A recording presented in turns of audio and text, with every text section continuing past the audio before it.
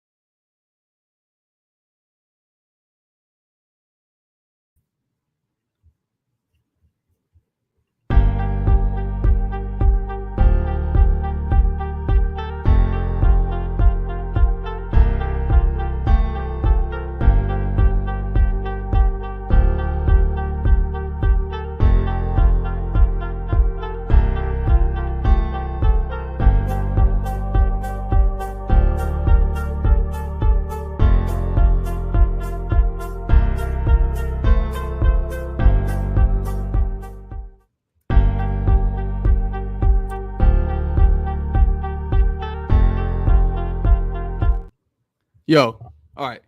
What's up? Sorry about that. Make some noise in the chat if we're good. It's go time. I'm so locked in right now. Let me get this bad boy up here.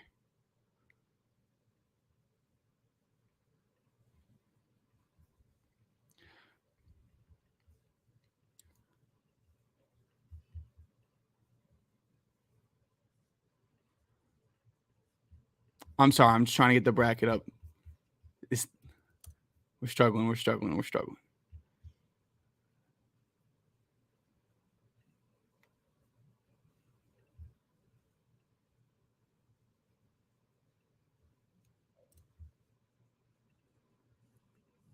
Okay.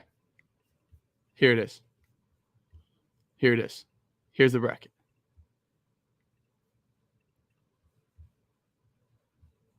God damn, where is it? There it is. All right. It's sideways. Are you kidding me? Come on. God. I can't catch a break right now. Why does ESPN make me have to log in every time I go to the website on the same web browser? All right. The bracket's available in 2 minutes on ESPN. I'm gonna share that. But let me start off with this.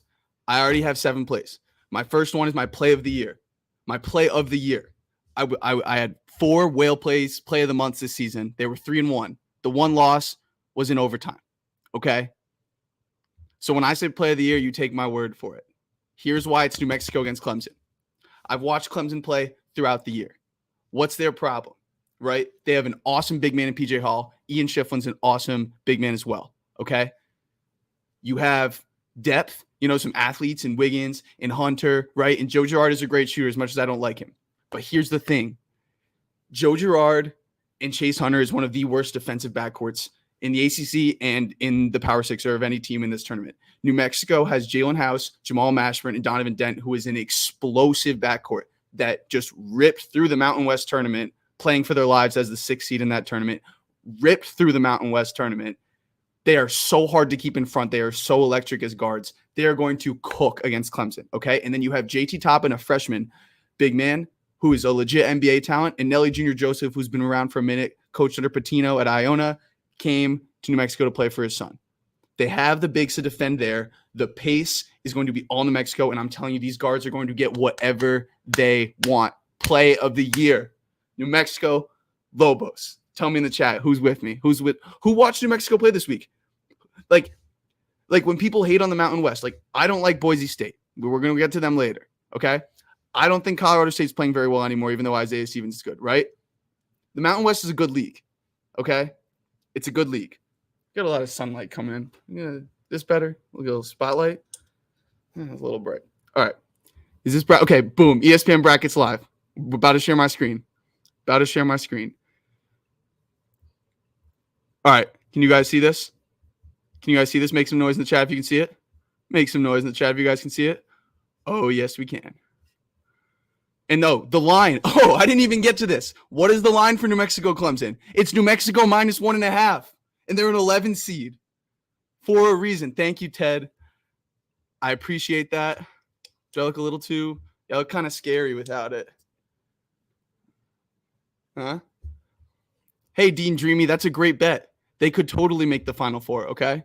What's up, Rafa? Good to see you here. Yeah, Jono. Place that bet. All right. Let's take a look. Okay. What a beautiful bracket. I'm not going to lie. I actually love it. I love it because there's a lot of matchups that I wanted to see, a lot of paths that I'm excited about. So I'm going to go chronologically, okay? Make some noise in the chat. If I say something you don't agree with, call me out, right? Call me out. Tell me how it is. And, yeah, I'm going to go chronologically first. Okay, UConn is going to win by 50. Like, Stetson doesn't play any defense. They're like, I think 350. They're like bottom 20 in the country in defense. They're terrible. Let's not waste any time.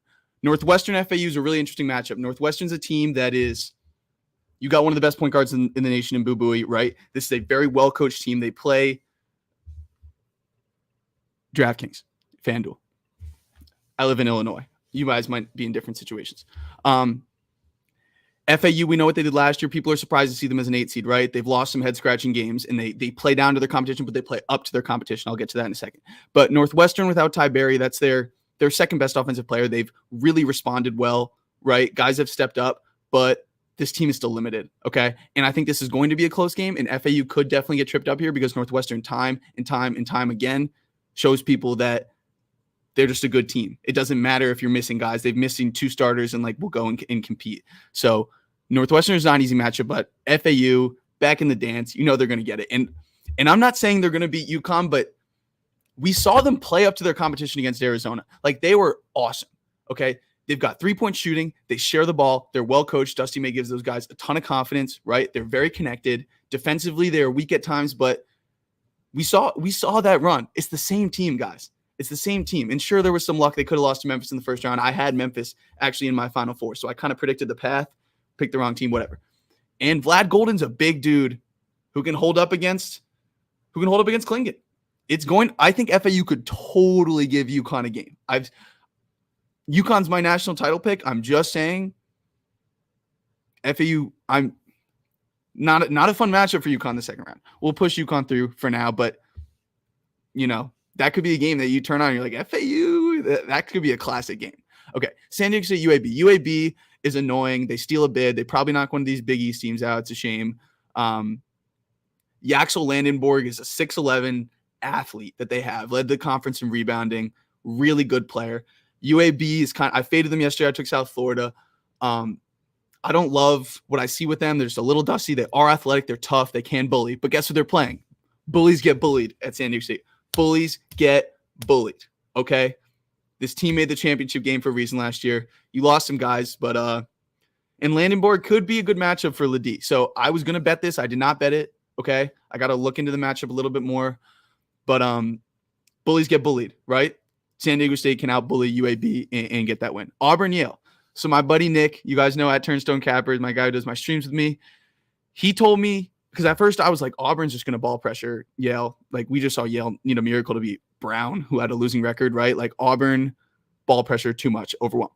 But it's true. Every year, Ivy League teams in the first round are tough matchups.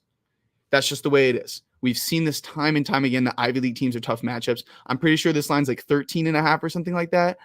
Around there. Don't be surprised if Yale covers.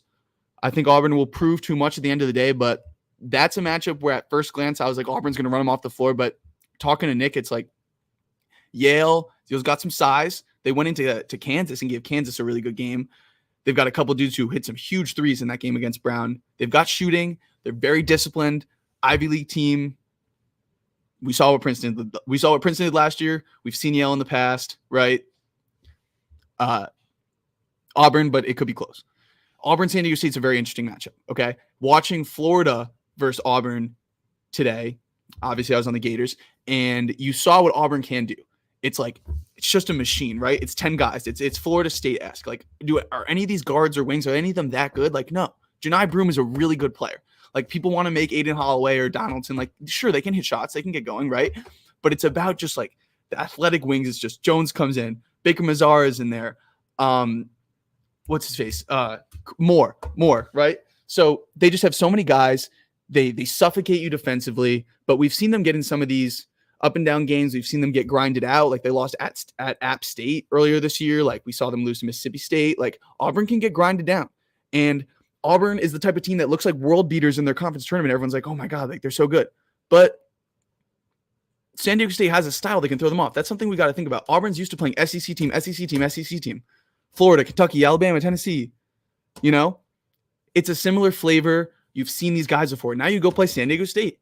And Jaden Ledee is a dude. He's a big dude that can hold his ground against Broome. And, you know, they've got some depth.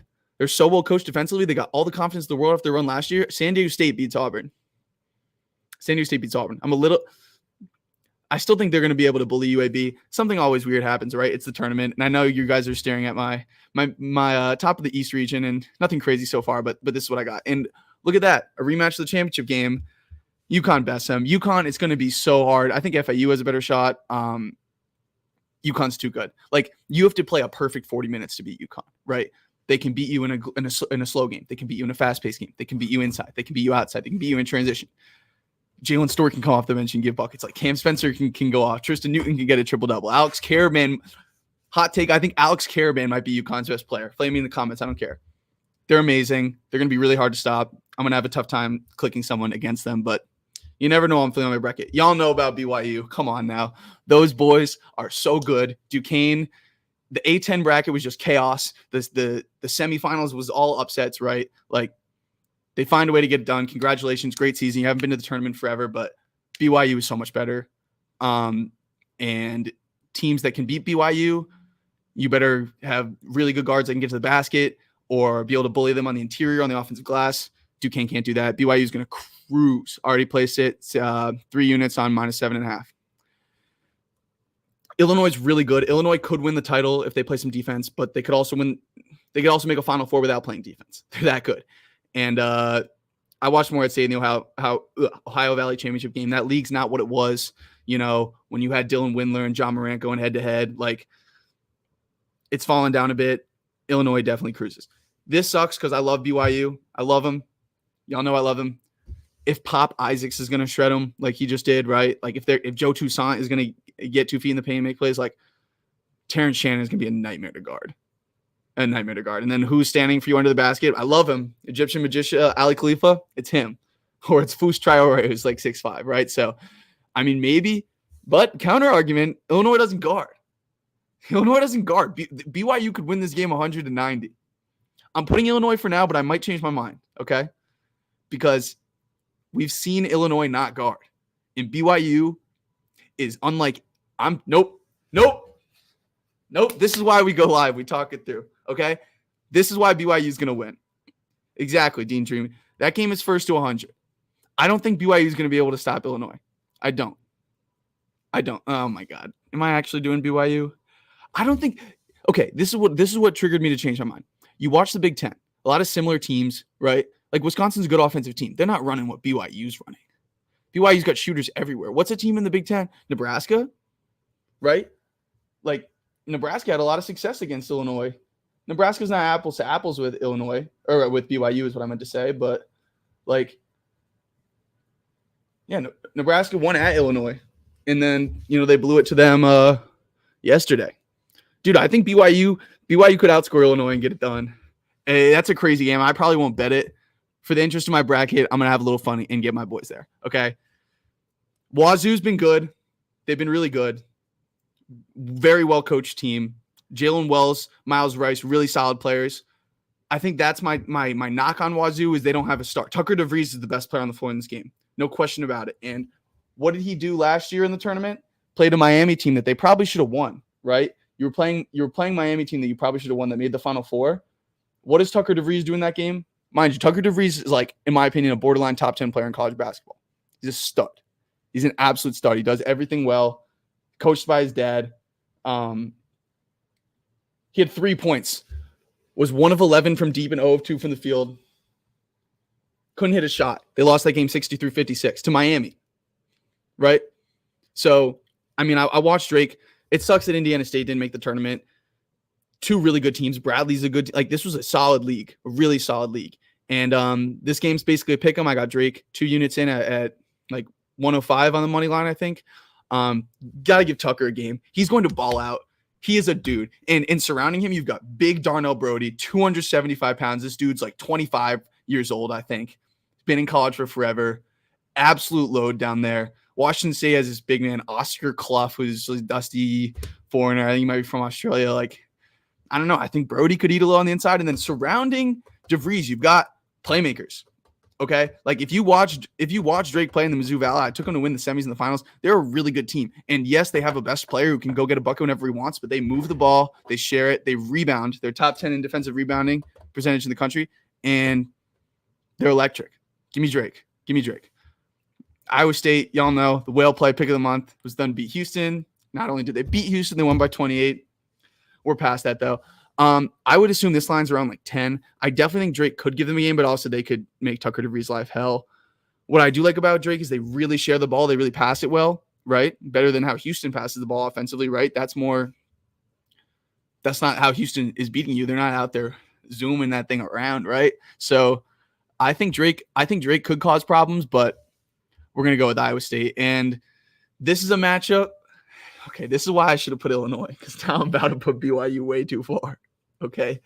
BYU cooked Iowa State at home. Iowa State couldn't guard them. They scored 87 points. If you're going to beat Iowa State, you got to have what? Big men that can leak out on a short roll, as a pressure release and spread the floor and be ready to catch and shoot threes, right? And BYU can do that. And I took BYU to win at Iowa State.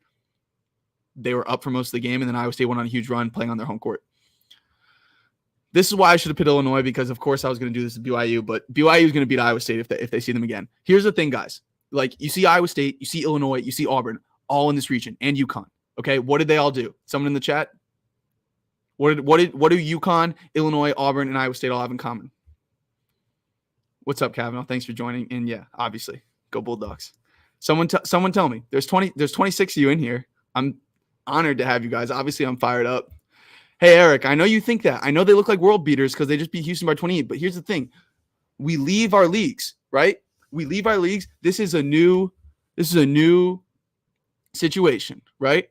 We're playing, and I understand I have them losing to BYU as a team in their league, which is ironic. And Iowa State's great. Do I think Iowa State could give UConn a game? I do. This is a crazy hold up. This region's crazy. You got FAU, UConn, San Diego State, who all made the Final Four last year. Auburn, who won the SEC. Drake, one of the best mid-majors. Illinois, who just won the Big Ten. Iowa State, who just won the Big 12. This region is stacked. Stacked. But okay. Yeah, that's what I was saying. Just you got the power. You got 4 of the Power 6 champions in this region. This region is ridiculous. All right, Huskies move to the Final Four. Can I get some love from the chat's been a little quiet? Chat's been a little quiet. Can I get some love? I'm fired up right now. I've been acquiring information and takes for months, and I'm just letting it all loose right now. And this is fun. But show me some love in the chat. Show me some love in the chat. Yeah. Yeah, it's a stacked region. All right. Let's move on to the South. I don't have anything to say on this other than Northern Kentucky sneakily gave Houston a game last year as a 16 seed. Right? They sneakily gave Houston a game. Thank you, Drake. Go Bulldogs. So Houston was given a game by Northern Kentucky. They threw a zone at them. They couldn't hit a shot. Sasser was still banged up, and they almost lost. They're not losing to Longwood. Okay. Nebraska A&M, weird game. Weird game. Why?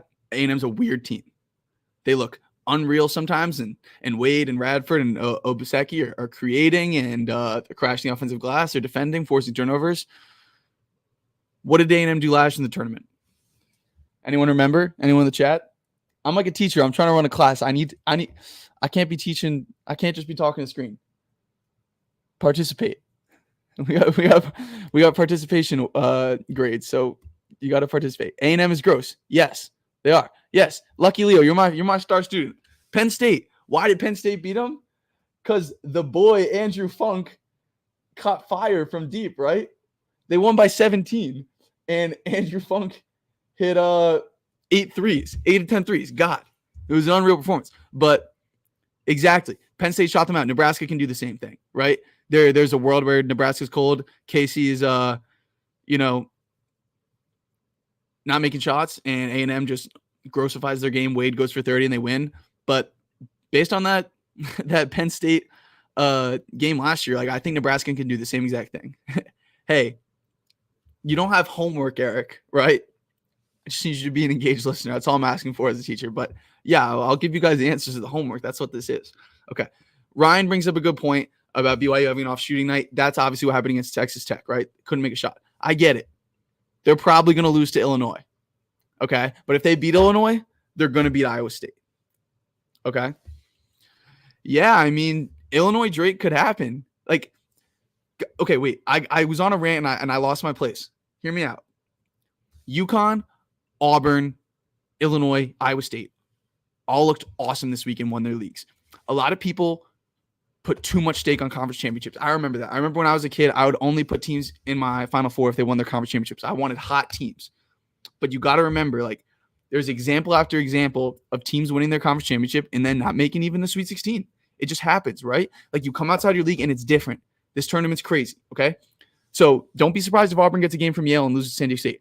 Don't be surprised if UConn somehow gets crazily upset by FAU. Don't be surprised if Illinois loses to BYU, and don't be surprised if Iowa State loses to Drake or BYU or someone else, okay? Like, crazy things happen in this tournament, and this is just my gut reaction. All right, so let's keep it cooking. Wisconsin, James Madison. Give me James Madison, all right? Like, this team has been a machine all year. They got a bunch of guys who can get you, and Wisconsin's been playing really well offensively, but it's not a Wisconsin defense, and they don't take as good care of the ball as they usually do. What I will say is if Wisconsin beats James Madison, I think they beat Duke. But I'm going to push Duke through. Vermont was a 15 last year, right? Like, Vermont's been in this tournament so many times, and they played Arkansas a couple years ago, should have won that game, honestly. And then played Florida State the year before that, was right in that game. Or was it not Florida State? No, that was UNCG Florida State. There's one other game Vermont was in as a lower seed. And this year, its team's not as good. The mid-majors, like the 13s and 14s this year, in my opinion, are weaker than like previous years. So Duke wins that, and I'm going to push Duke through. Like, see, this is when I start to think about some of the game theory stuff, right? Because I think it's more likely that this is why I have Duke through. I do think Wisconsin, if they beat James Madison, will beat Duke, but I think it's way more likely that Wisconsin loses to James Madison than Duke loses to Vermont. Catch me? So, like, if we get Wisconsin-Duke, I do think Wisconsin's going to win, but Duke, sometimes you just push through the team that you think is less likely to get upset, if that makes sense. And as James Madison's good, I don't know if it's more of a fade on Wisco. Like, obviously, I think James Madison's good, but like, if that was a Grand Canyon or a McNeese, I would feel much better. More about those guys later. Yeah, but they were a 15 last year. What I'm saying is, don't be fooled that like this 13 seed, they got cooked by Marquette, right? Like, don't think that this team is better just because they're a 13 out of 15. It's the same team. Nebraska has the types of qualities that could upset Houston. If Juwan Roberts doesn't play, I think Nebraska could win this game. I'm assuming Juwan Roberts is healthy, and Kelvin Sampson has 5 days to get his team right after getting blown out. I think Houston will find a way to not get upset that early. Duke is soft, straight up. My man J-Man, I don't know if he's here. J-Man is a Duke guy, makes these Duke film breakdowns. Duke is soft. You know who's not soft? Houston. Yeah, I agree. I mean, Juwan Gary's Juwan Gary's really physical. I think Rank Mass is not as physical. And obviously, Casey is going to have a tough time guarding those Houston guards. So we're going to push Houston through. Remember, short memory. The conference tournaments, we can't let that completely affect what we saw all year, right? And Houston was rolling before that Iowa State game. And like I told you guys, Iowa State was obviously going to win that game. All right, Texas Tech, NC State. If Warren Washington is out, NC State wins this game. They have no one who can touch DJ Burns. This team feels like a team of destiny. My guy Nick compared them to that Oregon State 12-seed team. Just hot. Team's just hot, right? Team's hot. And even if Washington plays, I think State will give them a game. But DJ Horn's nice. The auxiliary pieces have stepped up, just playing with energy. Kevin Keats on the hot seat is just unreal. And, yeah, I think NC State wins. If Warren Washington plays, I change my mind. Oakland's a funky team. Greg Campy's their coach. He's the longest tenured coach in D1, if I'm not mistaken. And they won at Xavier earlier this year. It's another team similar to Kentucky. What do? They play with pace, right? They play with pace, offensive-minded team. And we've seen Kentucky. They lost to UNC Wilmington, right, at home. And, okay, all right, let me address this comment before I finish that point. Yeah, I think NC State's beatable, but this is very matchup. Texas Tech doesn't have their starting big man. They're playing a dude, Robert Jennings, as their starting five, who, like, Graham McCaslin didn't give minutes to until he had to give him minutes. Like, they're just thin at the spot. If Warren Washington plays, I change my mind. If he doesn't play, DJ Burns is going to feast. That boy is in a rhythm right now. And they just beat Carolina. They're a 1 seed. Like, they won 5 games in 5 days. Like having a short memory, like, yeah, I'm not saying NC State's going to go on and go beat Kentucky after.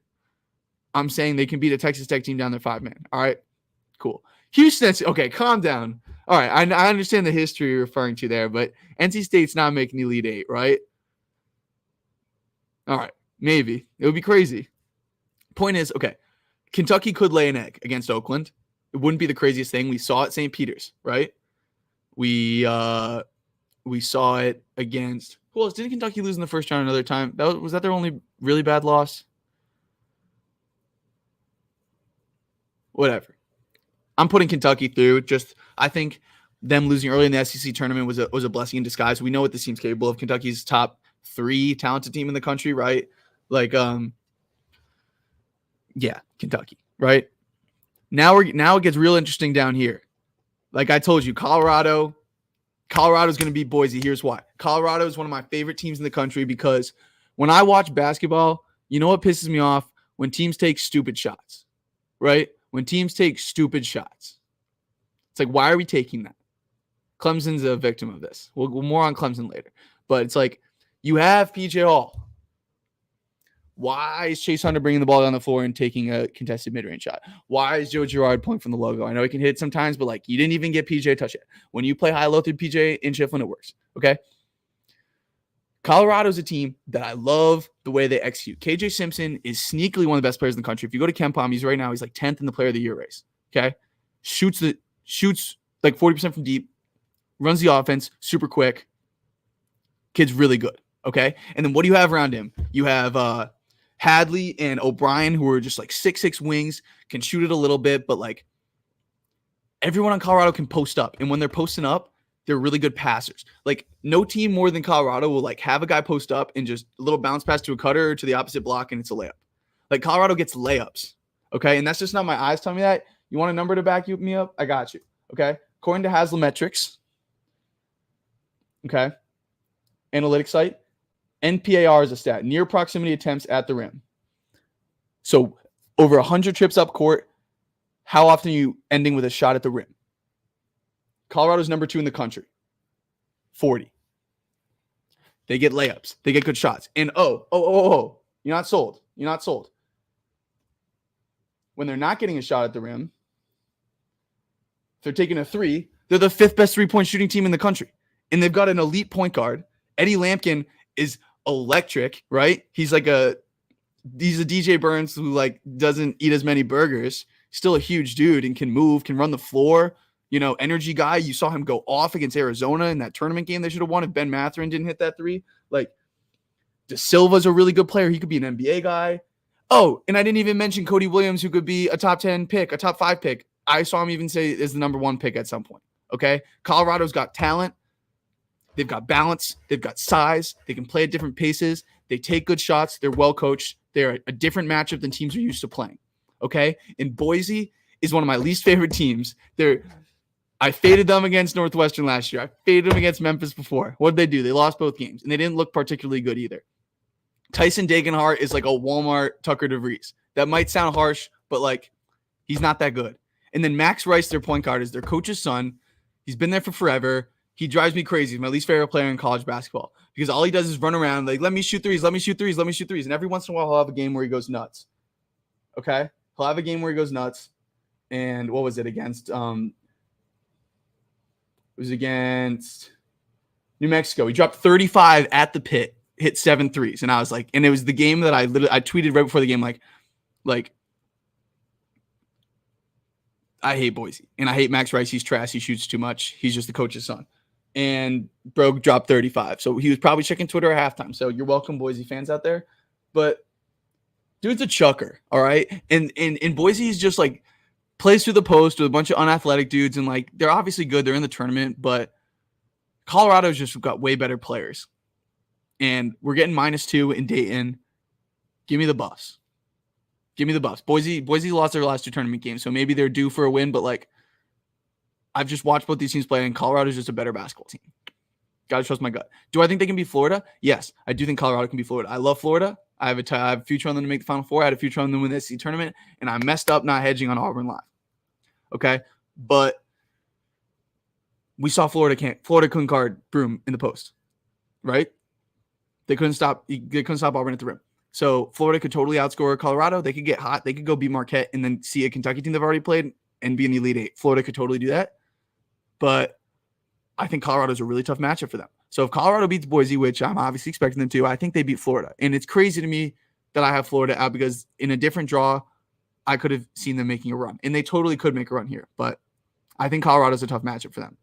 Okay. Marquette is tough right now because I think Marquette could win the title. Tyler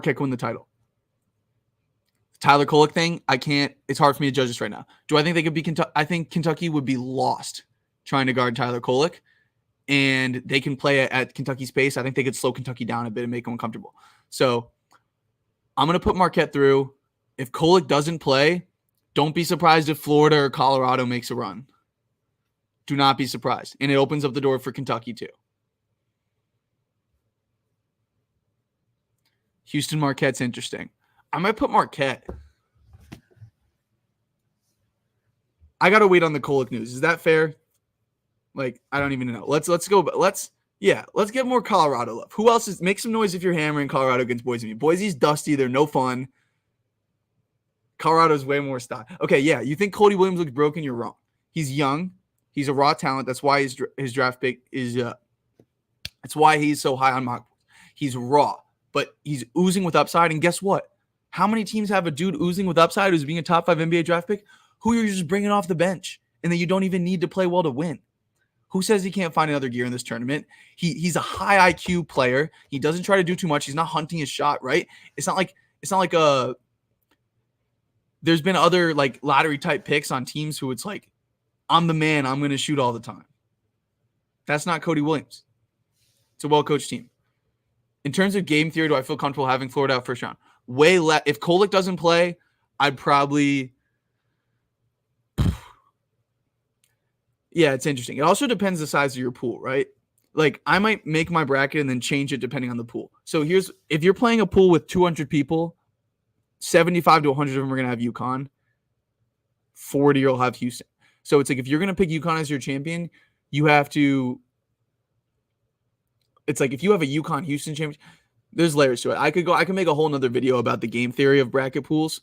But man, that's a crazy Kentucky, Florida, Marquette, all there is wild. But yeah, now like I said, I would be more concerned about having bouncing Florida if Kolek's out. If Kolek's in now, because I think Marquette would beat them. I don't think Florida could guard them. Like these SEC teams having to play a Marquette, there's no team really playing like Marquette in the SEC, right? I'm just going to put Houston for now. Can I make a pitch on Houston to you guys? I love Houston. There's a Houston sweatshirt in my closet. I'm going to ask a question. Anyone have an idea what my knock on Houston is? It's that there's something with Houston that no national title team that I can remember has. Hey, yes, you in the back. No? All right, I'll tell you. Fine. They don't have a pro. How many teams can win a title without an NBA first-round draft pick on their team? I totally agree. But you've got Juwan Roberts banged up, gets a shin contusion in the Big 12 tournament, he'll be fine. But he's getting an injection in his knee, like to deal with a long-term thing he's dealing with. No, LJ Cryer, Emmanuel Sharp, Shed, they can light it up. Again, okay, they're not meant to shoot three-pointing, but they don't need to. They're too good. It's the pro thing. Like I just don't think, especially down guys, if they were fully healthy, I would change my mind and say Houston is the team that could break that mold and win a title without a first-round pick. But like, go back. UConn had Jordan Hawkins, right? Who won the year before UConn? Well, Baylor had Davion Mitchell. Arsenal could be a future pro. Tugler could be too. They're missing guys. And Ramon Walker, they're missing 3 rotation players. Like that's a lot. And Roberts isn't good. So I just think they're class enough to get to Elite 8 without those guys. I'm probably going to end up getting Marquette or Kentucky in my Final Four. Okay. This region could be chaos. This region could be chaos. Okay, you're not sold on Shaka in March. I get that. But like narratives can get out of hand sometimes. People didn't trust Tony Bennett in March, then he won a national title. Happens. More on Tony Bennett later. But Houston will not be my Final Four unless we're getting some good news about Juwan Roberts. Purdue, it's not happening again. I know some of you sickos are going to sprinkle on the Grambling or the Montana State money line, but it's not happening. Okay, Lucky Leo, you bring up a good point. This was part of my Iowa State reasoning. Against a really good defensive team, that's when Houston can break offensively in down low because they rely on just leaning on their defense to win games. And then it's like Sharp hits a 3, Cryer hits a 3, Shed creates off the bounce, and boom, you've got enough points to win. But in a tight game, it's kind of like, go ahead, Shed, like make something happen. And as great of a player as he is, he's not that good against a good defense. And like their offensive production is a little bit more concentrated if they're not getting points off offensive rebounds, right? Or if the threes aren't dropping. So like that is Houston's weakness too. Who is the good defensive team they're running into? Exactly. That's why I said Iowa State was. That's why I told you all Iowa State was going to beat them. But A&M, you're not scared of. Nebraska is underrated defensively. Everyone wants to talk about they're just this running gun team. Nebraska is a top 30 defense. They're not a bad defense. Okay, Duke is not that defense. Wisconsin, in the aura of Wisconsin, maybe is that they are that defense. They're not. Kentucky isn't. Florida isn't. You know who is? Marquette. Marquette defense.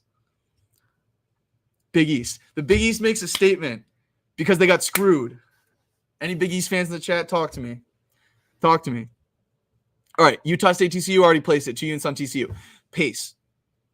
I understand Utah State beating New Mexico is another pace team, and I understand TCU hasn't been playing that well, but they go 9 deep, right? Utah State relies on Osabor eating down low. Darius Brown's a good point guard, but TCU's just got guys. Jamie Dixon has had some really fun tournament teams, and a little bit of vibes here, but TCU is going to beat Utah State. I don't think that Utah State can defend the perimeter. I just think it's too much athleticism. I think Emmanuel Miller's a matchup problem, and I think TCU wins that game. I'm not saying TCU is going to beat Purdue. Okay, TCU doesn't have a go-to. This, you know what? You're my star student today, Lucky Leo. I know if you guys are in this chat, you're obviously sickos because you're hearing me just absolutely rant about this stuff. So, like, I appreciate you guys' thoughts. So, keep them coming, please. But, yeah, TCU doesn't have a go-to, right? They don't have the Mike Miles, but I disagree because Emmanuel Miller is a go-to scorer. He's just not a guard. And, like, Micah Peavy can go get one. Nelson sometimes is, not consistently. Here's the thing about TCU. It's the depth piece, man. It's like in a one-game setting, like, they're a team that I trust. It's, like, kind of my thing with Colorado, too. It's, like, how many teams like can afford this TCU? Like TCU can get locked up, right? TCU got locked up by Iowa State, got locked up by Houston, like they can't score, and that's where like the guard plays in at a high enough level. But like TCU in their last game against Houston, right? You're starting Emmanuel Miller, Micah Peavy, Jameer Nelson, Chuck O'Bannon, Ernest Uday. Uday missed some times. That's part of the reason they lost some games. Chuck O'Bannon shoots threes like this. He went off in the tournament 2 years ago against Arizona. He hit 5 threes. He's been around for forever. But and TCU is a little sloppy with the ball, but Utah State's not a team that's going to go turn you over a bunch of times, right? And you're bringing Avery Anderson off the bench, whose name kind of sounds like he's a mean high school girl, which I think is kind of funny. But Avery Anderson's been around for forever. He's a guard that can go get a shot. Okay, Jacoby Coles is a mismatch 5-man who could pull Osabor and those Utah State bigs away from the basket and make plays. Tennyson's a dude that dropped 24 at Falk against good Kansas, and he comes off the bench. He can hit 6 threes in a game. And then Xavier Cork's been around for forever, a depth big piece. So you got 9 guys, okay? And like Utah State, the KenPoms hate them, right? They won their league. Like credit to them, they won a good league. Utah is just like, yeah, dude, they are. Except they don't have Raekwon Battle. Darius Brown and Great Osbar are great. Like Danny Sprinkle's done a fantastic job, but TCU is going to win that game. They're -3.5 for a reason. All right, moving on. Absolutely hate this. This is a crime. This is a crime because Gonzaga was really starting to figure things out, and they looked like they were going to be sneaky capable of a run. And McNeese is so nasty. Shahada Wells, a TCU guy, right? We're going to get that McNeese TCU Sweet 16 matchup? Probably not, but that would be fun. You want to know why McNeese is so good? Obviously, Will Wade is the story there. You know, you bring in Shahada Wells from TCU. He's their best player. He's been one of the best players in the country, to be honest. This team's 30-3. They're a wagon, okay? And they play both ends. Here are some stats. They're 7th in the country in three-point percentage, okay? They're top 25 in turnover percentage offensively. They take care of the ball. And they're 6th in defensive turnover percentage. They turn you over. Ball pressure, pace. They don't play at that fast pace. I like. And it's because they're good defensively, so they slow you down. My internet thing popped up. Can someone tell me if my connection's good? Please. I'm going to take it as a no if no one says anything.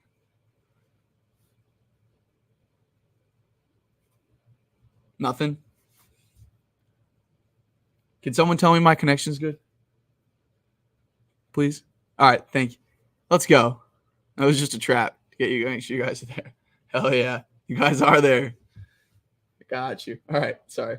But let's go, Charlie. Yeah, dude. Yeah, what up, Kavanaugh? Good to see you. So yeah, McNeese is 30-3. They're a wagon. They bring it every game. They force turnovers. They hit threes. They spread you out. They're athletic. Really good team. And Gonzaga got better when they put Ben Gregg in the starting lineup instead of Dusty Stromer. Dusty Stromer was not supposed to start for this team. Steel Venters was Big Sky Player of the Year from Eastern Washington. Tore his ACL.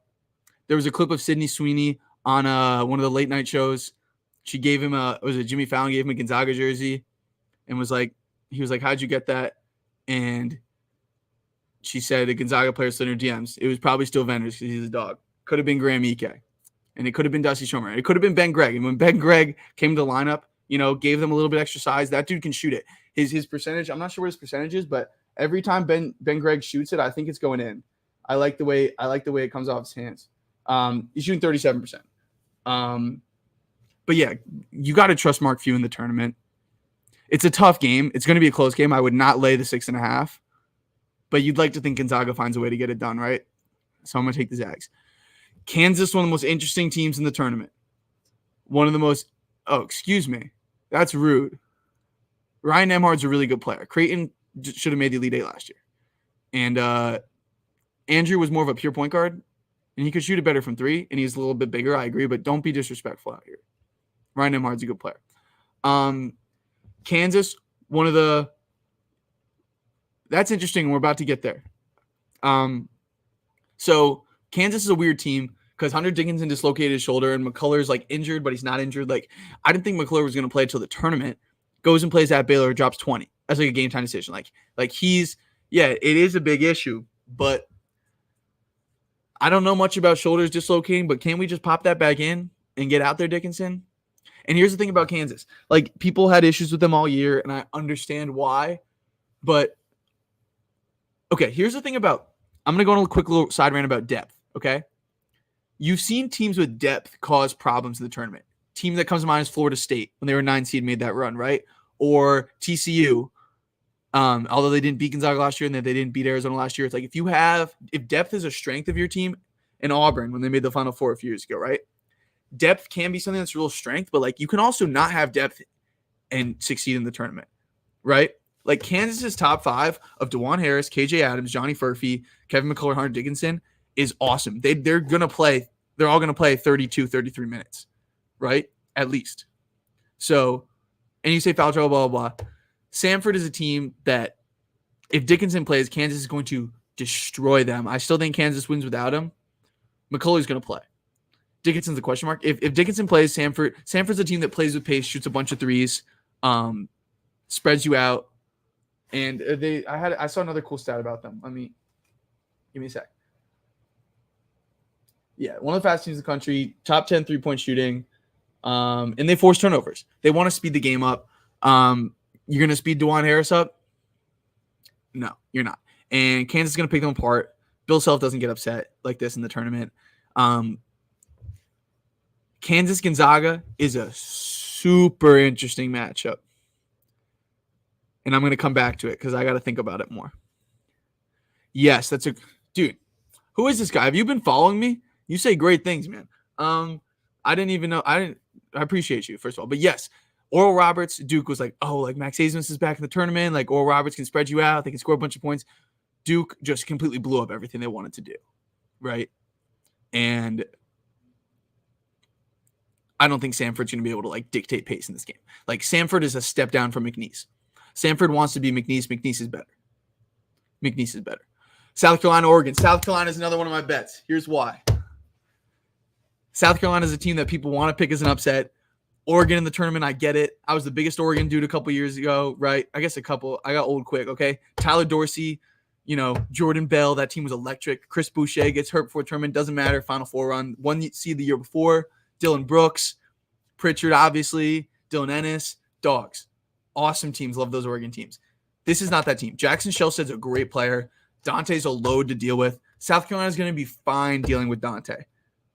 They're going to be fine dealing with Dante, and they've got better guards. They're gonna control pace. They're gonna control the glass.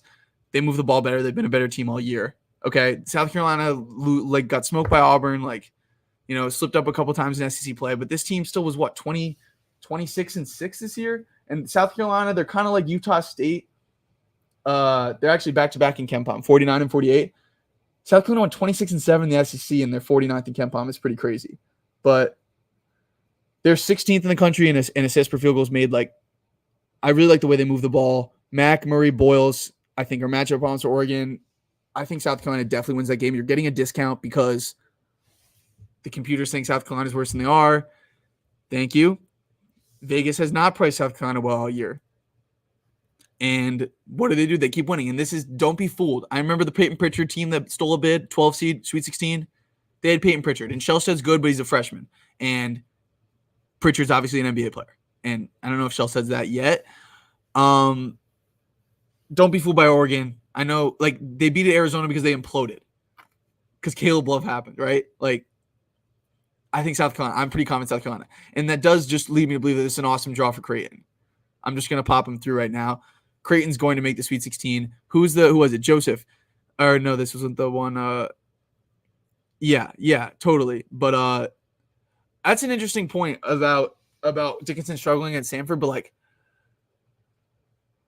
Bill Self has 4 days to prepare, and Adams, McCullough in help. Samford is going to have to shoot the lights out. And I know they can, but I'm just not really worried about it. I wouldn't bet. You know what? I might have to watch some more Samford. I watched them in the SoCon tournament, and I wasn't that impressed that they could be this scary. But it's a good point about that. I don't know. I just don't know if they're legit enough.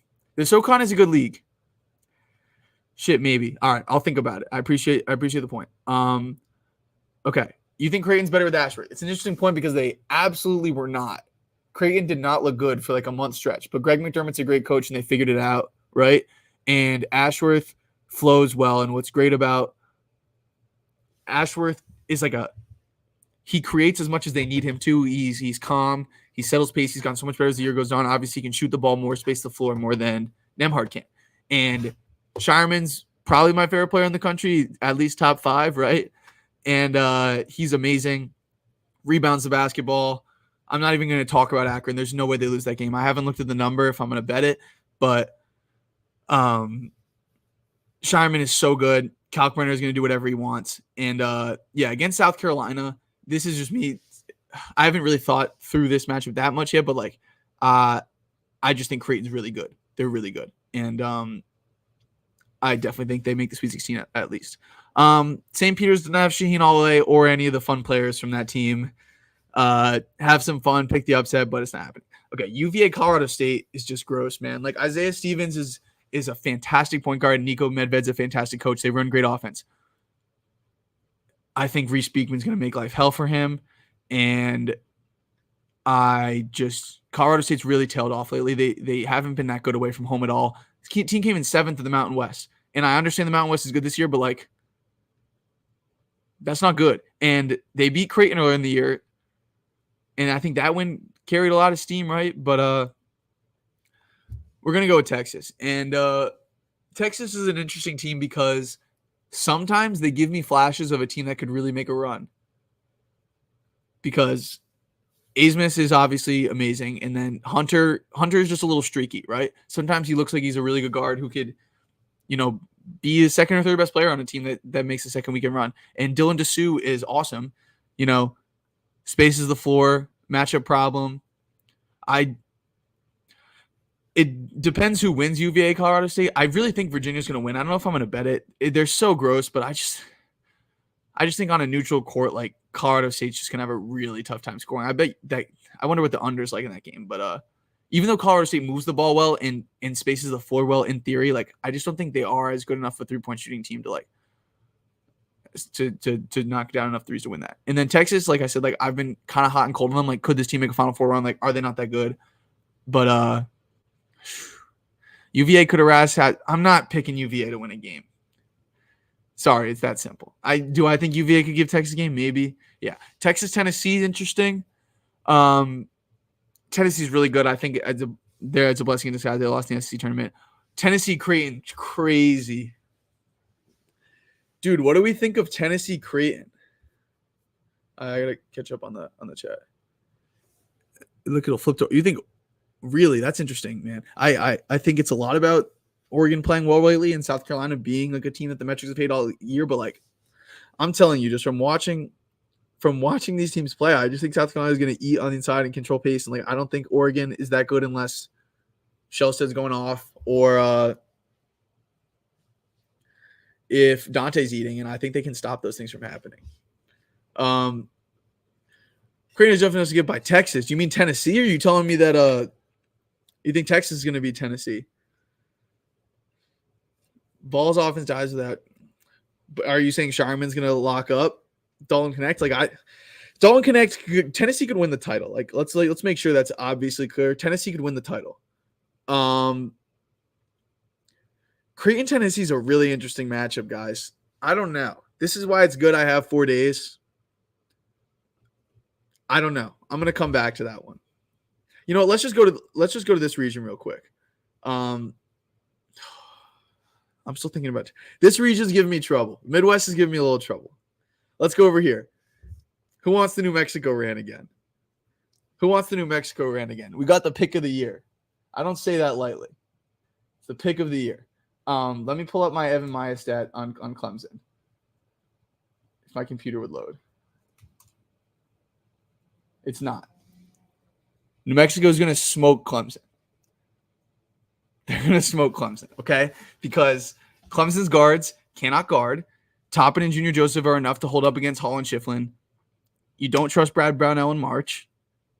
And it's that simple. And I can break this down more. I'll probably do a write-up for all my picks, but like this game spoke to me immediately as just like I was looking at Clemson. I'm like, a team with really good guards will beat Clemson. And New Mexico's got a top 5-ish backcourt in the country, no doubt about it. And they're red hot. And Clemson just lost by 22 to Boston College. I had that, by the way. I don't trust Clemson. Too many times Clemson doesn't, like they're old. Like I've seen some people throw them out as a Final Four sleeper. Hell no. They don't bring their A game enough. They're good when they play their best. They don't do it. Like Jalen House and Donovan Denner are going to run rampant unless they're like missing every single shot. Not and like another thing I like about New Mexico is who do you bring off the bench? You bring out Jamal Baker, who's like 29 years old, started his career at Kentucky, has been a professional and has, he's obviously not as good as Mashburn, Dent, and House, but he's still a good guard who's been around, right? And he can shoot it. He can get hot. As can Umzil. What I forgot how you say it. The kind of Middle Eastern looking guy from, what is it? Umzil. Okay, that dude can get hot too. Bringing shooters off the bench. Patino hasn't made it to the tournament since he had that Jordan Murphy, Daniel Oturo, Gabe Kalsher Minnesota team that, crushed Louisville, an ACC team, right, in round one. They didn't crush him, but they controlled that game. And then what happened? Jordan Murphy got hurt in the first couple minutes of that game against Michigan State. I'm talking like 2019 this was. That was Richard Pitino's last time in tournament. He's a better coach. He's got better guards. Toppin, I think, is an NBA talent. Junior Joseph's been around. You got shooters off the bench. Team is hot. Lobos. And let me go on a Baylor rant. Who wants a Baylor rant? I don't think Baylor's good.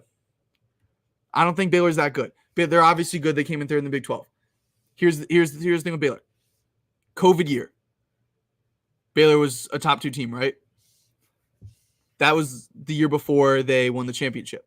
What did they have those 2 years? They had Jared Butler, Davion Mitchell, guards that not only defended their asses off, but were dead-eye shooters, creative for others, move the ball well. And Masio Teague, right? And then you had Makai Mason, the Yale transfer before. Yale beats Baylor. Makai Mason transfers to Baylor. Scott Drew takes him. You had great energy bigs in Flo Tamba, Jonathan Chimichanga, right? And then what happens the year after? You win the title. You reload. Flagler steps up, right? You bring in James Akinjo, been around for a while, good decision maker, became a better shooter, went to Baylor. And you bring in LJ Cryer in. LJ Cryer is a good player too. Last year, I loved Baylor. They had a bad matchup having to play Creighton in the second round, right? Baylor could have made a run last year. Absolutely. Baylor could have made a Final Four run last year if they were somewhere else. They weren't. They ran into a way better Creighton team. So, of course, Creighton won that. Baylor last year, you had Keontae George. Keontae George is hooping right now in the NBA. Keontae George is so much better than Jacoby Walters. Jacoby Walters is a good player. He'll be a first-round pick, but, there's levels to this man. Keontae George was a really good passer, really high IQ, super smooth. Wasn't as good of a shooter, I don't think, but Keontae George is a hooper. He's balling out right now. He's averaging 25 and 7 over his last 4 games, okay? You had that. You don't have LG Cryer anymore. You don't have Flagler anymore. Those guys are better shooters. And you don't have Matt Meyer, a guy like that coming off your bench. I know he was on Illinois last year, obviously, but Ray J. Dennis is good, okay? Jaden Nunn is good.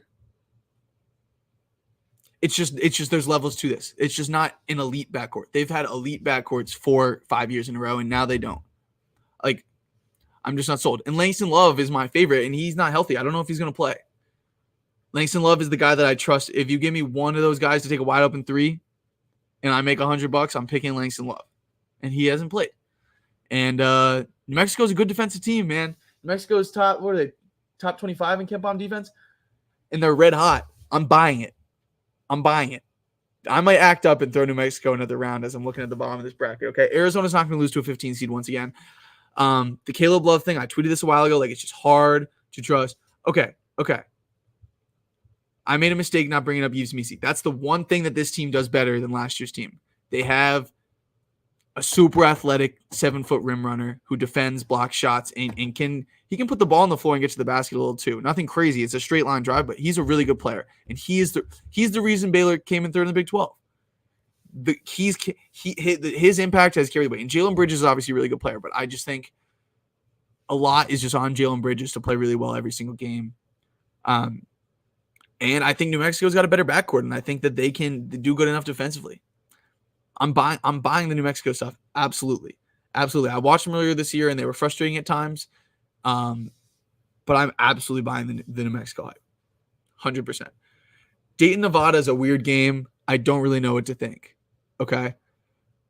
Deron Holmes is the best player on the floor, but Blackshear and Lucas are really good players. Lucas, obviously, on that Oregon State team that made that Elite 8 run. Really funky game. I'm just going to already push the Arizona through because I just have no idea who's going to win this game. My gut tells me Nevada because they've held up well against the big men in the Mountain West, and at the end of the day, they have the second and third best players on the floor. Dayton is the first one. Like Kobe, was it Brea on Dayton is one of the best shooters in the country. Nate Santos is fine. Like, I just like, who has Dayton beaten since November? Like they aren't playing that well right now. And Holmes is good enough to win a game, but I don't think either of these teams can beat Arizona. Like, what we need to remember about Arizona is, at their best, they're no doubt a top 5 team in the country. And the question, of course, is, are they going to be at their best? Real quick, yeah. Dayton. The only reason I lean Dayton is they have some shooters, and Deron Holmes is the best player on the floor. But Nevada's a better basketball team. Like, Nevada was one of the teams, like, I was like, can we not do this 6-bid Mountain West stuff? Like, can we get Nevada and Boise out of here? Right? Can we get them out of here? But then Nevada, the more I watch them, like, they're a good team. They're a good team. They got guys who can go get one. They defend. They shoot it. They don't shoot a ton of threes, but they shoot it well. I would lean Nevada, but I'm going to look into it more. Dayton, I haven't watched enough. But yeah, dude, Caleb Love, like, how much? I have a future on Arizona to win the title at like 20-1. It was a free bet, so we're chilling. But how much do we really trust Arizona?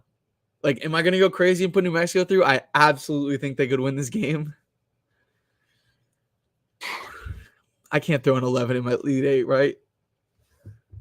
Hey, I appreciate that. I thought my tier list was good. We won having Oklahoma not in. Michigan State not being in Dayton is a joke. Watch Michigan State, who doesn't deserve to be here, right?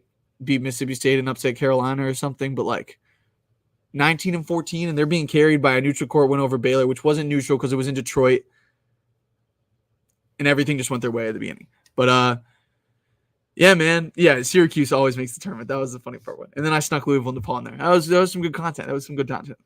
Appreciate it. Yeah, dude. I'm going to have a tough time. I'm doing it. Sue me. Am I going to be devastated if they lose to Clemson? Absolutely. It's going to ruin the entire tournament for me. But I totally believe it. All right. No, that's a little too crazy. We'll go Arizona for now. I'll probably change my mind. Alabama. I got Alabama minus 11.5. It's locked in. Here's why. I'm a little scared about 2 years ago, right? So Nate Oates comes. They were a 2 seed, that like John Petty or Jones team, right?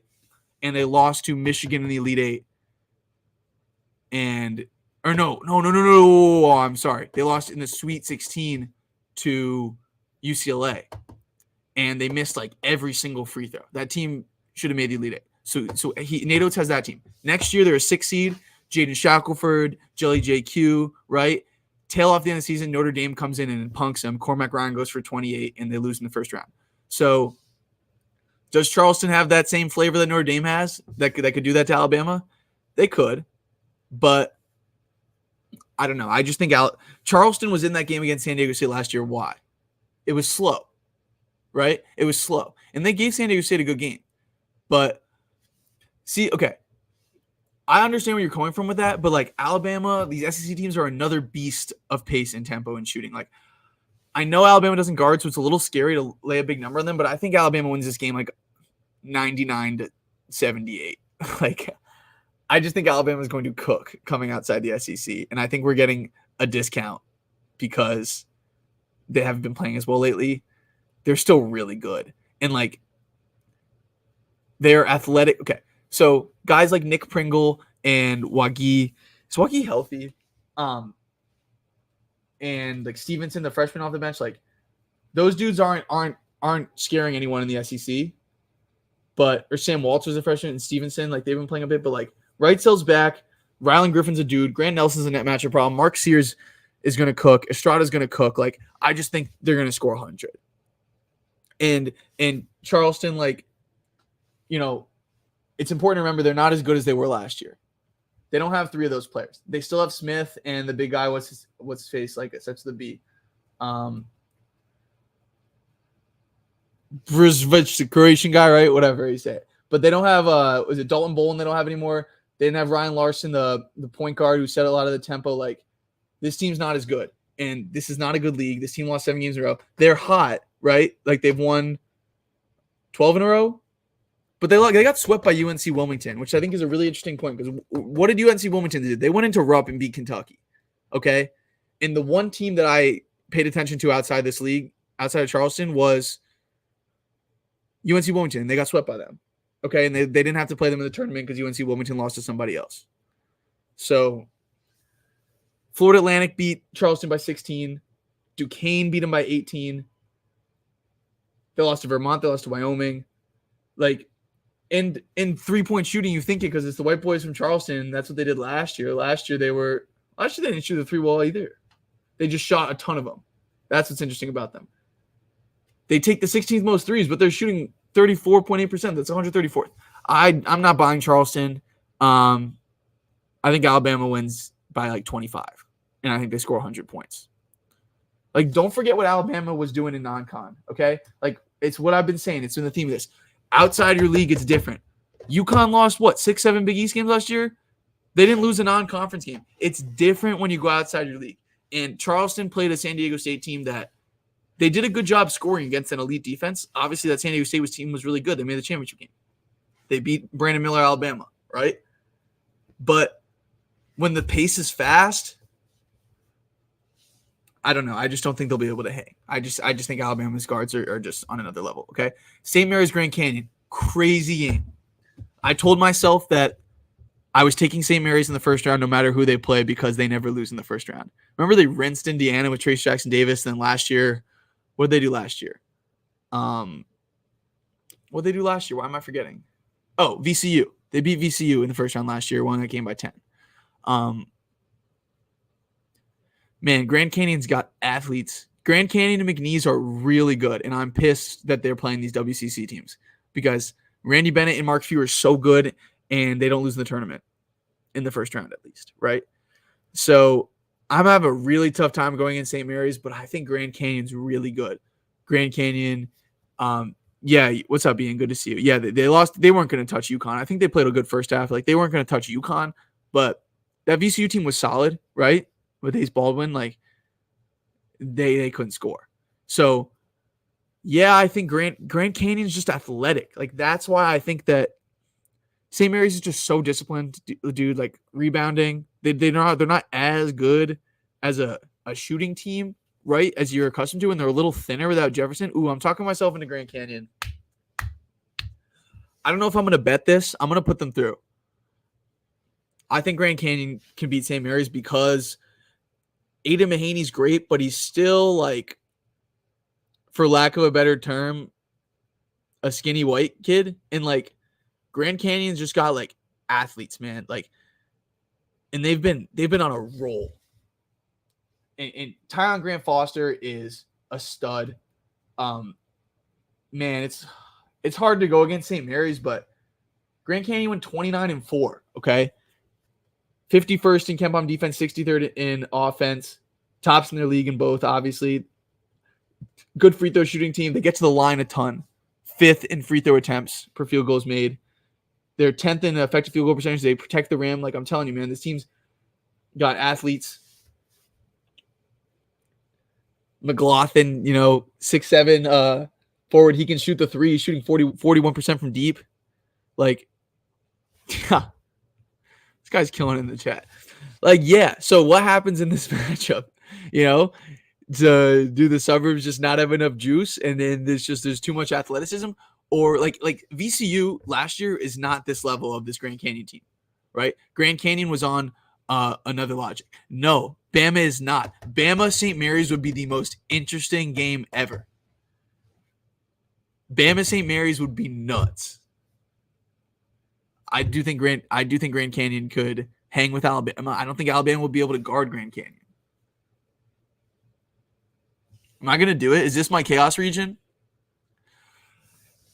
Bama St. Mary's would be nuts. I don't know if we're going to get it. But, like, what would the score? How do you set the total for Bama St. Mary's?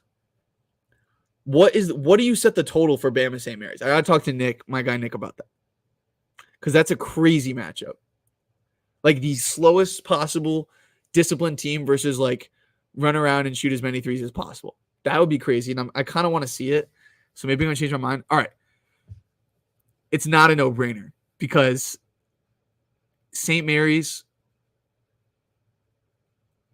St. Mary's punks team in the tournament. It's like, remember when I said earlier in the show, who's been here the whole time? When I said that Yale and these Ivy League teams are a tough first-round matchup, right?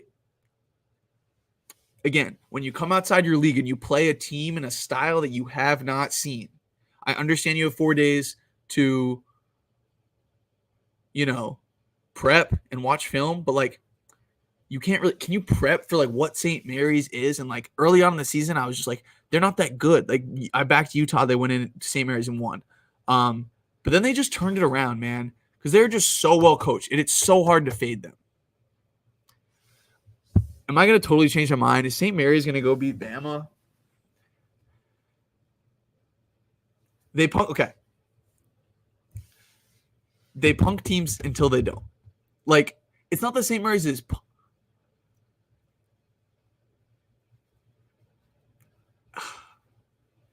St. Mary's is just dusty. Like Mitchell Saxon out there, like Mahaney's good. He's not what Jordan Ford was, right? As an offensive talent. Like Dukas is the only guy that can shoot threes outside of Mahaney. You're losing us. You don't have Jefferson, who's one of your starters. This team doesn't have much depth. They don't have much shooting. No, I'm going back to Grand Canyon. I would not be surprised. This is just a crazy pod, right? Sometimes you just see a pod and it's really easy and you just pop them through. You don't even think about it. For me, it was this Creighton, South Carolina one over here. That one was hard. It's all hard, man. I'm just out here talking. It's so hard. But, I tweeted the bets I've already placed. And to refresh you guys, if you haven't seen, it's TCU minus 3.5, South Carolina minus 1.5, New Mexico minus 1.5, pick of the year. Drake money line, a little bit of heart involved, but I love the matchup. I think there were a lot of matchups where I'd be hesitant to bet on Drake. This is not one of them. BYU Cruises minus 7.5, and Dukas is gonna. Yeah, Dukas is nice. Like St. Mary's has been on a roll. Have they lost to anyone other than that one game to Gonzaga? St. Mary's has lost once since the turn of the new year. They were 8-6, and they're 26-7 right now. Like, don't get it twisted. And who has Grand Canyon been playing in the WAC? Seattle, UT Arlington, Cal Baptist, UT Rio Grande Valley, Utah Tech, Tarleton State. Like, I don't know. Grand Canyon beat San Diego State, and they only lost by 7 to South Carolina, and they beat San Francisco. Like, they beat Louisiana Tech. They're a good team.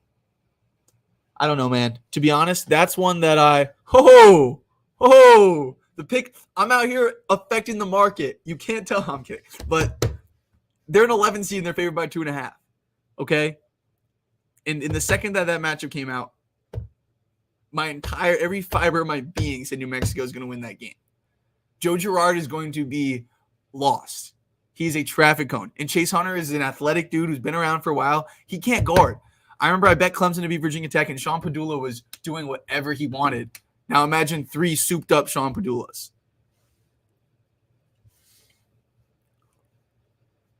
Yeah, who cares? We can lay a point or two. If you bet a team minus 1.5, minus 2.5, minus 3, and they win and don't cover, you just hold your head high and move on. Because I'm not out here taking VIGs on minus 140. I get in my minus 110. Okay, long term, the water finds its level. But yeah, absolutely. I'm trying to help you guys out. Cash the value. Okay, Mississippi State, Michigan State, I hate. Someone in the chat, tell me what you think. I hate this because I've been hating on Michigan State. I didn't want them in the tournament. I think Seton Hall is a better team. I think Indiana State deserved it more. I think Providence deserved it more. But they're here, okay? And as much as I want to hate, still Michigan State.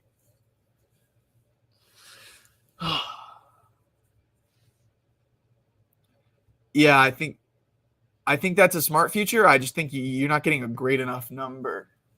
Like, you might as well just play them straight twice. Like, you're probably catching 5 against Baylor, right? If you're catching 5 against Baylor as New Mexico, that's like what, plus 180 money line. So why not just do that? Just take them to beat Clemson and take them the next game. I don't think that I changed my mind. There's not value on 250.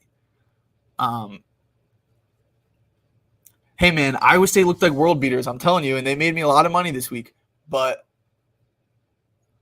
they could lose to Drake. It's March Madness. They could lose to BYU. They could lose to Illinois. Illinois, Iowa State would be crazy. No matter what, Iowa State's going to get a really good offensive team in the Sweet 16, right? And Drake's a really good offensive team. Drake, BYU, and Illinois have the offensive ability to beat Iowa State. Baylor does not. I already went on my Baylor rant. Baylor's overrated. Houston, obviously, like, if you look at the machines, it says they're this amazing offensive team. They're not. In terms of they're not going to be great against a good defense. BYU is the type of offense that, yeah, they can shit their pants in a game if they're not hitting shots, but, like, they can beat anyone, okay? They beat Iowa State by 15. It's not easy to do at all. I don't care where the game's being played. And Illinois, I mean, you saw it today. You saw it all week. You've seen it all season. Like, Shannon is a horse getting downhill. Domask is just a bucket. Okay, Quincy Guerrier has been around for forever. He's athletic. Coleman Hawkins is a matchup problem. Ty Rodgers is a freak. Like, Luke Goody comes in and he's got a clip on him. Like, Illinois is really good, and they're really tough to guard. And, like, maybe Iowa State clamps their way all the way to a Final Four.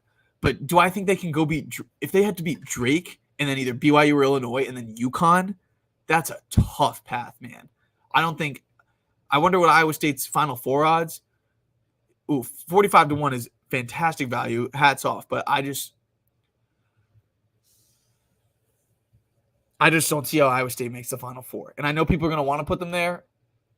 It's just a really tough path.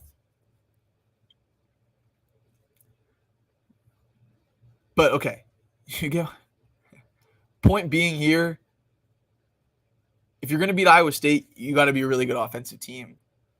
Like, because they're just the defense is just suffocating. Like, it's amazing how stupid they make teams look. As in, like, you're not getting 50. And they're not even slow offensively. They'll run in transition because they're not a good offensive team. So if they can push the pace and get a good shot, they'll do it. And they still, like, lock you up. Iowa State is great. I'm thankful for winning me a lot of money this week. I just think that one of these teams could totally punk them. And guess what? If they don't, if Iowa State gets away to find that game, they're going to lose to UConn.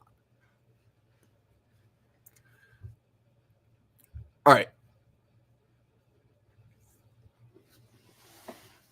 Chris Jans is a really good coach. Chris Jans was the coach in New Mexico State when they beat UConn. And beating Danny Hurley in the NCAA tournament carries a little bit more weight now what we've seen he's done the last 2 years, right? And I think it was Timmy Allen, one of them. No, Timmy was Texas. Teddy was Mexico State. Went dumb. He had like 37. Okay. But Chris Jans, defense. And here's the thing with Michigan State. I tweeted this the other day. Michigan State's offense, and I know they played well against Purdue, fine. And Tyson Walker's really good. I just don't know if I just feel like he hasn't been playing as well since he got dinged up. Maybe I'm wrong. I just don't think Tyson Walker's been playing as well since he got dinged up. He had 15 last night. He's just inefficient. He's been inefficient, okay? And Michigan State's offense is, all right, Tyson Walker, I'm going to get a ball screen. Boom. Oh, wait. But you're not scared by Cooper or Kohler or Sissoko rolling to the basket? Okay, I'll swing it. AJ Hogarth. Boom, cross, boom, cross, boom, cross. Oh, I'm nowhere. Oh, here you go, Jaden Akins, nowhere. All right, fine, Malik Hall, go take a contested fader. I just don't like it. And I know it's Michigan State. Mississippi State just beat Tennessee. Really well defensive coach team. And call me crazy, Josh Hubbard's is a dude. And I know he's not as experienced as Michigan State's backcourt. Okay, it should have been Xavier Booker time all season. And it just wasn't happening. And I know he got some more minutes last game, right? But he's still like thin. What did he get last game? He got 12 minutes, man. Like, Cohen Carr is a freak and he plays 8 minutes. Like, I just don't know if Izzo still got it. I'm saying it. I don't know if Izzo still got it. Yeah, the big skill Sparty because they're not good. And guess who Mississippi State does? Tolu Smith. And Tolu Smith is a guy that ate in the SEC this year. Mississippi State's 30th in KenPom. And I know the computers say Michigan State's amazing. Oh, they're so good. They lost 14 games. They lost 14 games, man. Like, we saw that Michigan State team that lost to UCLA in the first four a few years ago, right? Like, Tolu Smith can eat inside. DJ Jeffries is a tough matchup too. Like, I think those guys get in the inside. Josh Hubbard gets hot. I'm not falling for it. Do I think Michigan State at their best? The team that was like preseason top 5, made the Sweet 16 last year, and was like Marquise Noel and Keontae Johnson going like absolutely bananas away from an Elite 8 matchup against Florida Atlantic, which could have turned into a Final Four performance against San Diego State, which could have turned into a national championship appearance. Is this the exact same Michigan State team as that? Yeah, it kind of is. Okay, but I'm just not feeling it. Like, Northwestern came into your building on senior night, down 2 starters. And what did you win that game? 54-52? 53-49. And Northwestern's not defensively like that anymore since Chase Saudish left. Like, they're well coached. But, like, that should have been a game Michigan State. If Michigan State is a legit March team, they win that game by 20. And they did it. Mississippi State, Carolina is interesting, but I'm taking Carolina. Like, I don't know why they lost NC State. To be honest, I didn't catch much of that game because I was watching the pick of the month. But I can't believe you think Izzo doesn't have it. All right. That might have been a little harsh. I'm not saying I did say that. When is he done? I don't know. Okay, this is just what bothers me, man. Like, Trey Holloman, Cohen Carr. I know Jeremy Fears is not able to play right now, right? But I want to see more Trey Holloman, Cohen Carr, and Xavier Booker, and he didn't do it. He's stubborn. That's why he keeps throwing these bigs out here. And he says stupid out-of-touch things like, I don't like analytics. And I'm like, all right. I'm not saying you have to be Nate Oates and tell your team to shoot every 3, but, like, your team is what? One of the best three-point shooting teams in the Big Ten, third three-point shooting team in the Big Ten, and, like, you're in the bottom 60 in the country and how many threes you take. Like, I don't know. I think his time is passing, and he thinks that he can just keep doing that. I just don't think the backcourt's up to snuff. I think Cohen Carr is a dude that can dunk like that. Like, his athleticism, the fact that you can't get more defensive minutes out of him and utilize him as a cutter more. Like, imagine Cohen Carr on, like, Auburn. You play like 20 minutes a game and be awesome. Okay. It's like, he's not being used. Xavier Booker was misused all year. You got a team that made the Sweet 16 last year and should have made it further. You brought everyone back and you lost 14 games. It's like, how much of the benefit of the doubt can I give him? I'm out. Maybe he makes me look silly and I'll tip my cap. Okay. I will tip my cap if Izzo makes me look silly. I'm not buying it. Yeah, Tyson Walker is a bucket. Josh Hubbard's a bucket. Okay, and Tolu Smith and Jeffries are the 2 best bigs on the floor. Hey, Jake, I appreciate it. It's just banter. Maybe you're right, and I want you to come rinse me in the mentions if I'm wrong. But I'm taking Mississippi State. I'm not going to bet it. This is just my bracket. You already know my bets. It's all about the Lobos. Pick of the year. All right, let me get back to my bracket. I'm not going to think through every matchup. Let me just pick teams. Let me just think for a second. Nah, dude, this region is crazy. Can we talk about the Midwest? TCU could beat Purdue. McNeese could make the Sweet 16. Kansas could make the Final Four. Nah, I don't know. That's a little crazy. All right. So if me and my little Twitter account manipulate the market and New Mexico gets up to 4.5, I'm probably laying off at that point. But I already placed 1.5. I don't think it's going to get steamed that much. There might be some counter steam on Clemson. Like, PJ Hall is still a really good player. They're older. They're from a power league. But wouldn't be surprised to see it get to go to 3 or 3.5 at all. And I'm completely joking. I don't think I'm manipulating the market at all. Maybe someday I will.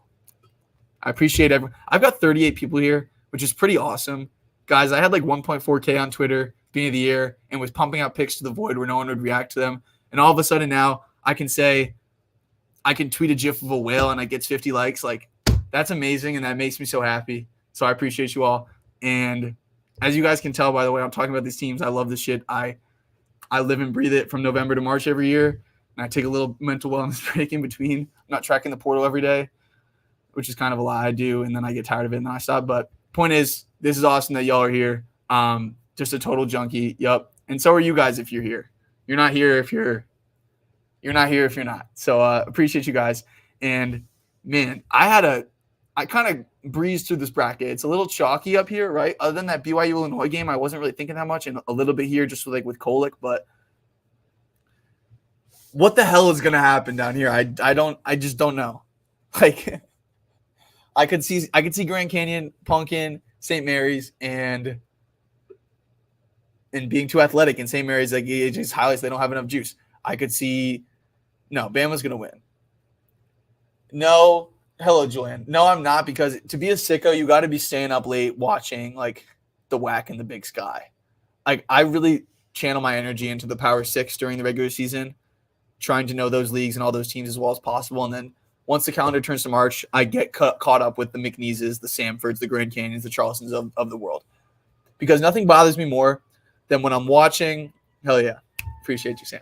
Nothing bothers me more, right, than when I'm watching March Madness and I'm watching a team absolutely hoop and I'm like, I didn't know they were good. What is this? It's gotten to the point where nothing really surprised me that happened in the tournament except for, of course, the St. Peterses, the Fairleigh Dickinsons of the world, right?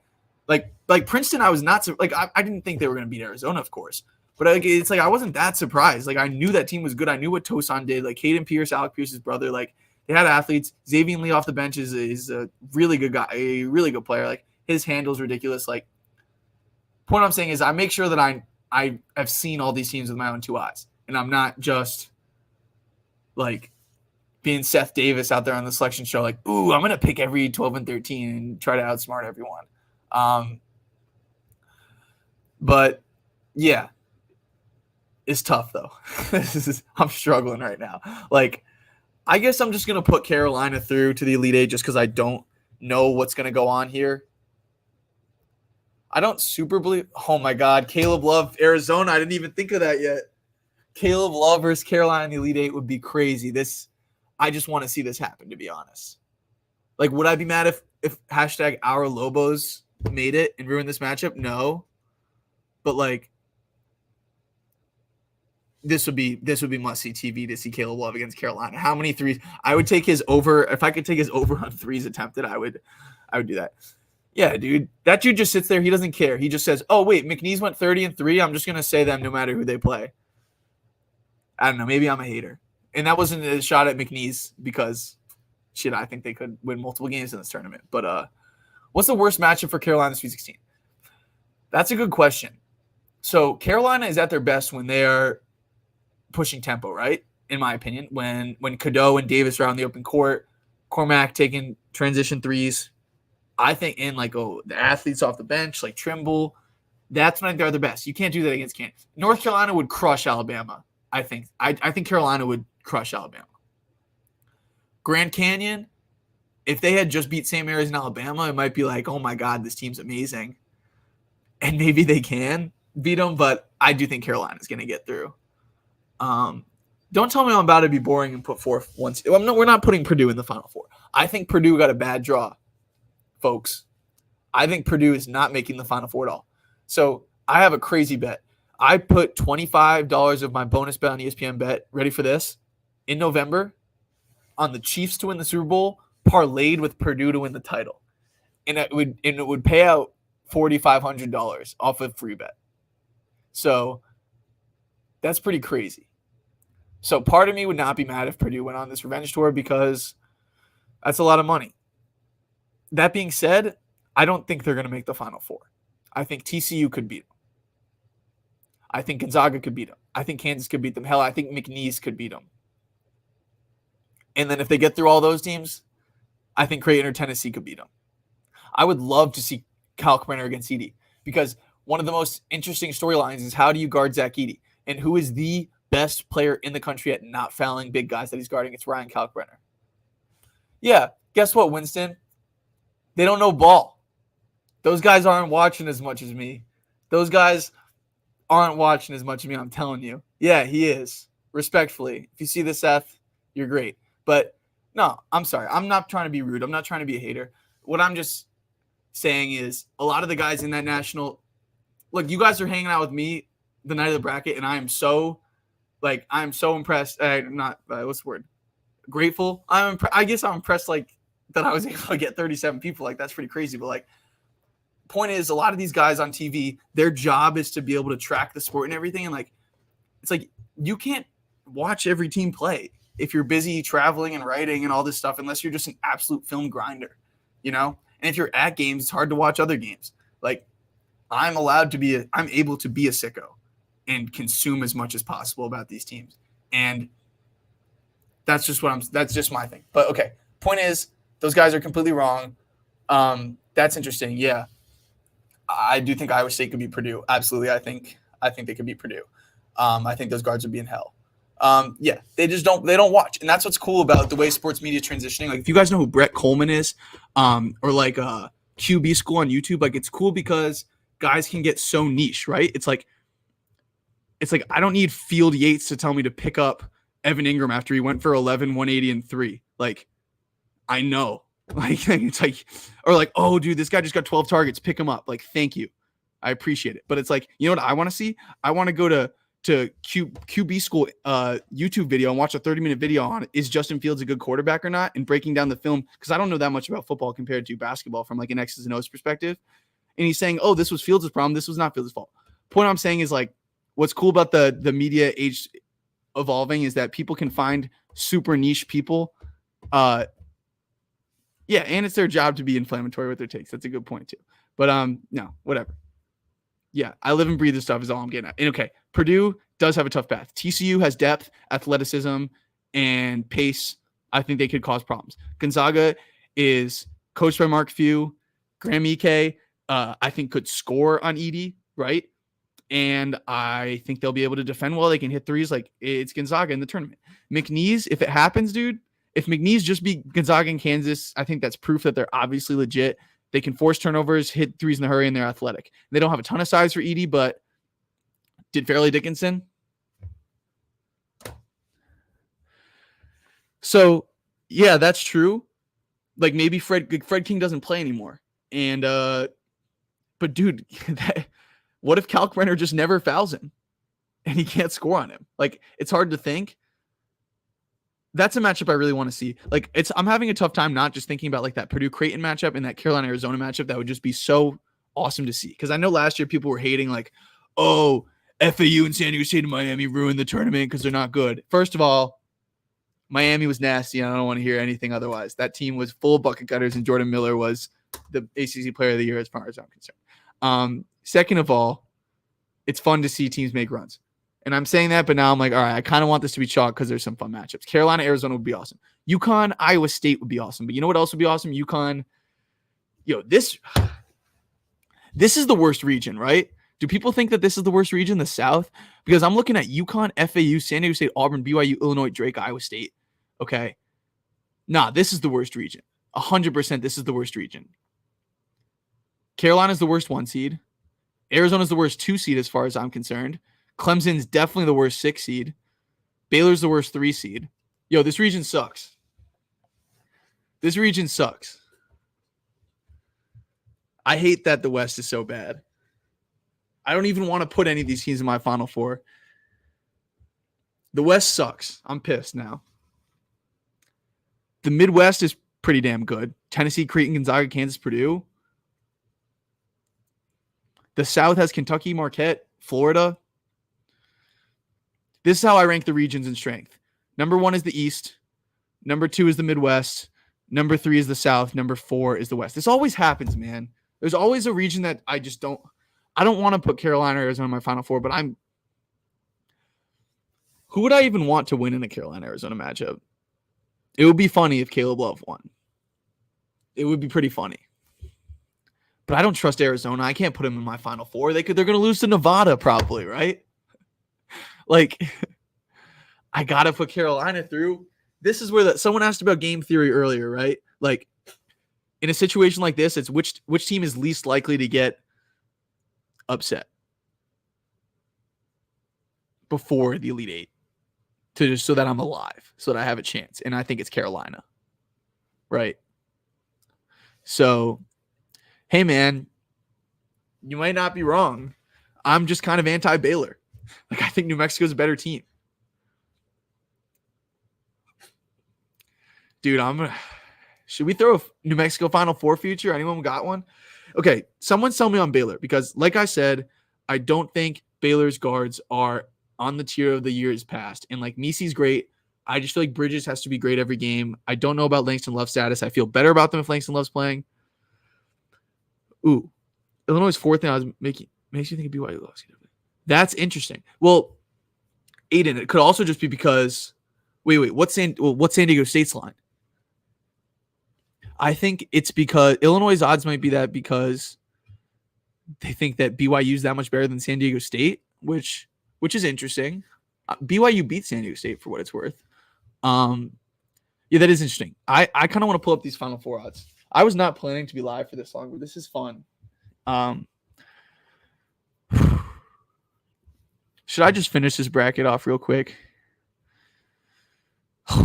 I don't want to have Purdue in my Elite Eight, but I don't know which of these beautiful teams to have beat them. And then I don't know what to do with Creighton, Tennessee. This region I'm going to have nightmares about. And whichever idiot, respectfully, said that Purdue has an easy path couldn't be any more wrong.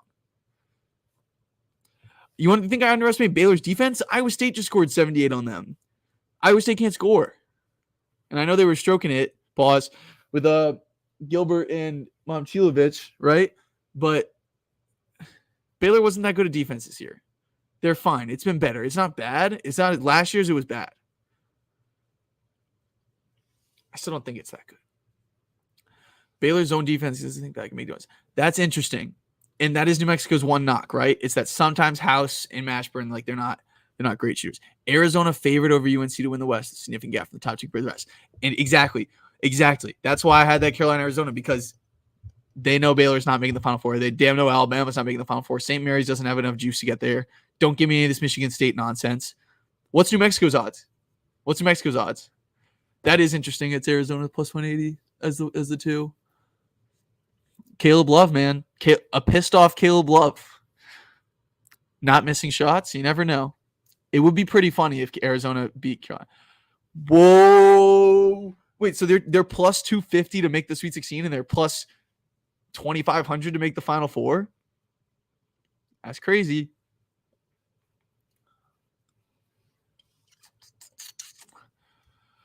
What is Nevada's odds?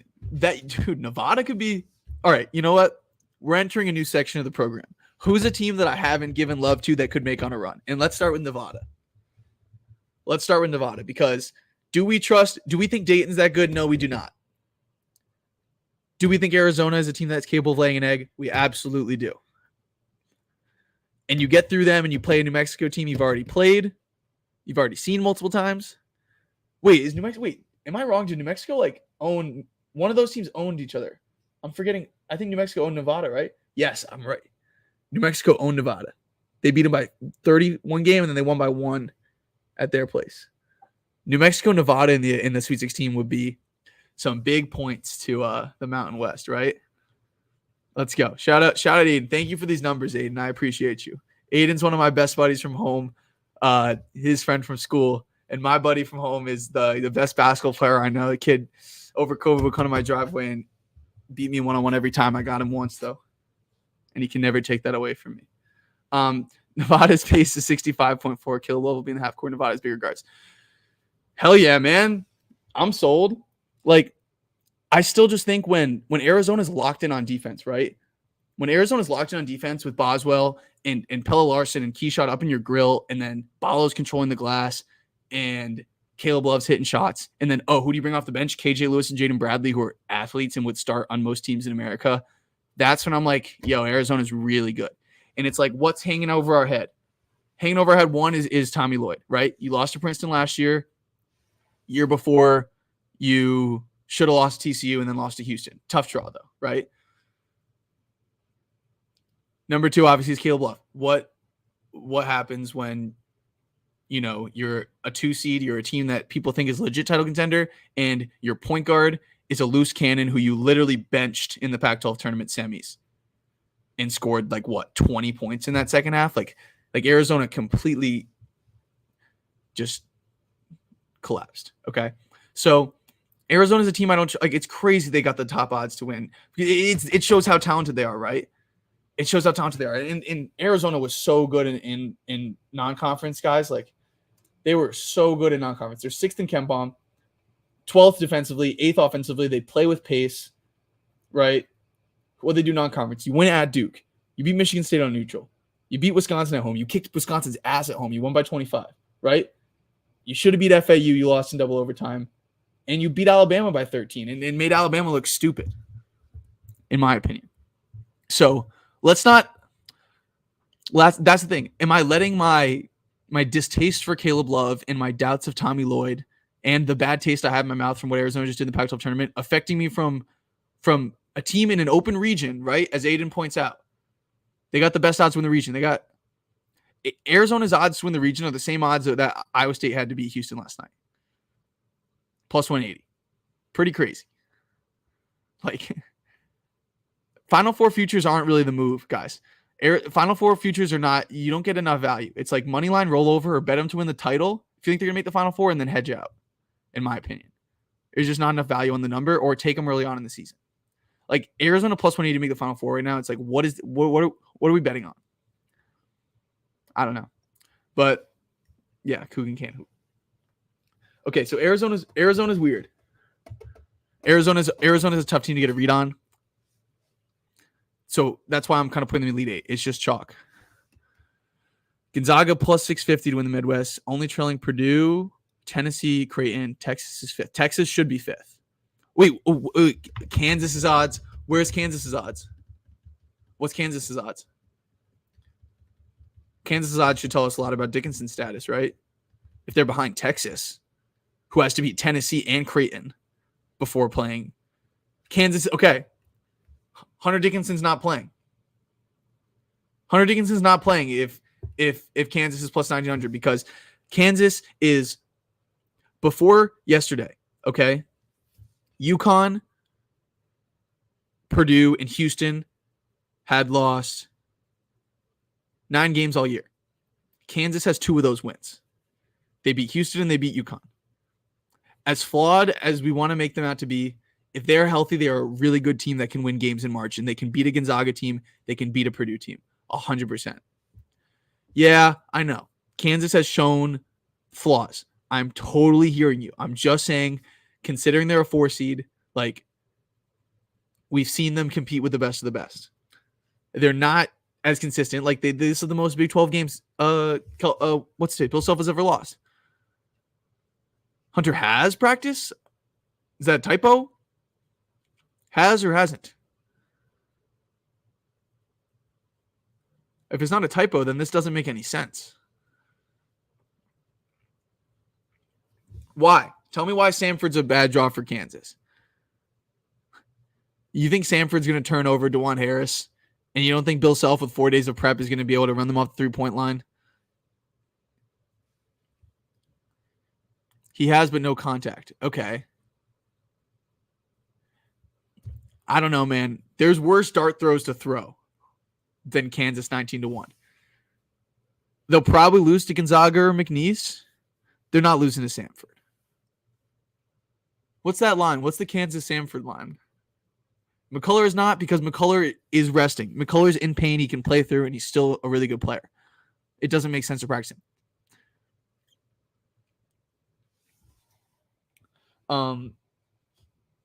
I've been on Twitter in a minute. Let me see if anyone who's on New Mexico.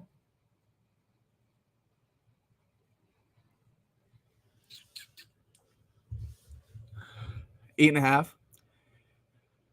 Yeah, I mean, they're a good offensive team. And like I said, the SoCon is a good league. What up?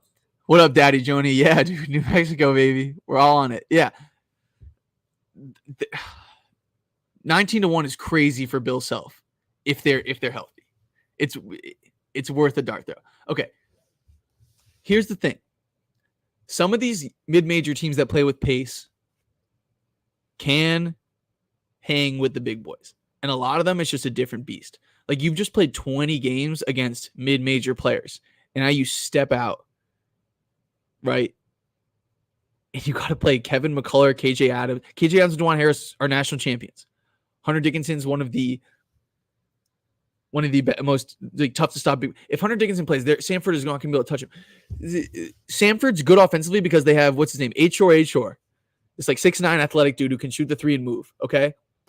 they are going to have Hunter Dickinson is going to have 30 if he plays. They're a great half-court defense. They struggle with pace. Okay, but I struggle more with Big 12 pace than with SoCon pace, right? I mean, you're making a good pitch. I'll go back and watch another Samford game. Jake. You're making a good pitch, but if Kansas is healthy, there's no way I'm picking Bill Self to lose in the first round of the tournament. And let me point something out. Kansas had one team that wasn't that good in recent memory. Aiden, you know the answer to this, right? What team was it? 3 years ago, Kansas was a 3 seed, and they played Eastern Washington in the first round. They had the Groves brothers, right? One's on Virginia now. The other one transferred to Oklahoma. Oh, the DJ Clausen team. Was that the DJ Clausen team? Was that the team that lost to Southern Cal? That's the team I'm talking about, right? That's what you're talking about? Was DJ Clausen older than that? The 4 seed lost to Auburn. Oh, my God. I forgot about that one, too. I was thinking about the one that beat Eastern Washington because Eastern Washington was up 10 at half. Eastern Washington was cooking against Kansas. And, 2021.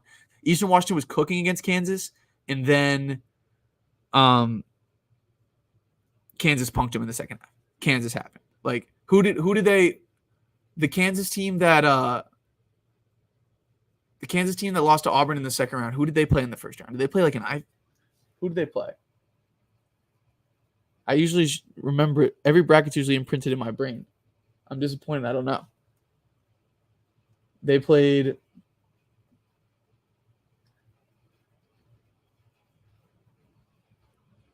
Northeastern. They won by 20. Northeastern, a team that takes a bunch of threes and played with pace. And Kansas won by 87-53. Like, Samford is not going to be able to guard Kansas. Okay? Even if Hunter Dickinson plays, if we get a discount on the line, I'll probably take Kansas. I don't see it. I hear you, but is Samford a team that can score quickly and often against Kansas? They can do it to East Tennessee State, into Western Carolina, into Furman, into Chattanooga, into VMI, into the Citadel. But what happens when you play Kansas? What did Samford do out of the league? I know in the night one, it was my first bet I placed on the year. They were 19.5-point dogs at Purdue, and they lost by 40. I know it's because they probably couldn't touch Edey. They're not going to be able to touch Dickinson, right? Who else did they play? You lost by 10 at VCU, and then you literally haven't played a team with – didn't play. Beat Merrimack. Merrimack's not terrible. They should have won their league. Samford lost 91-69 at Wofford. We're taking them to beat Kansas, bro. Are you saying Samford outright or to cover? I'll give you a chance to clarify. Where do I got San Diego State? Here's the deal. UAB got a tough matchup because UAB could have bullied a St. Mary's or even a Gonzaga. Like, Yaxel Landenborg is a beast. Gaines is still there, right?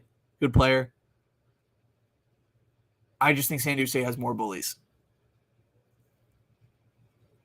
San Diego State did get a tough draw, though, because you play Auburn second round. I think they can beat them because Auburn's at their best, like what you saw today.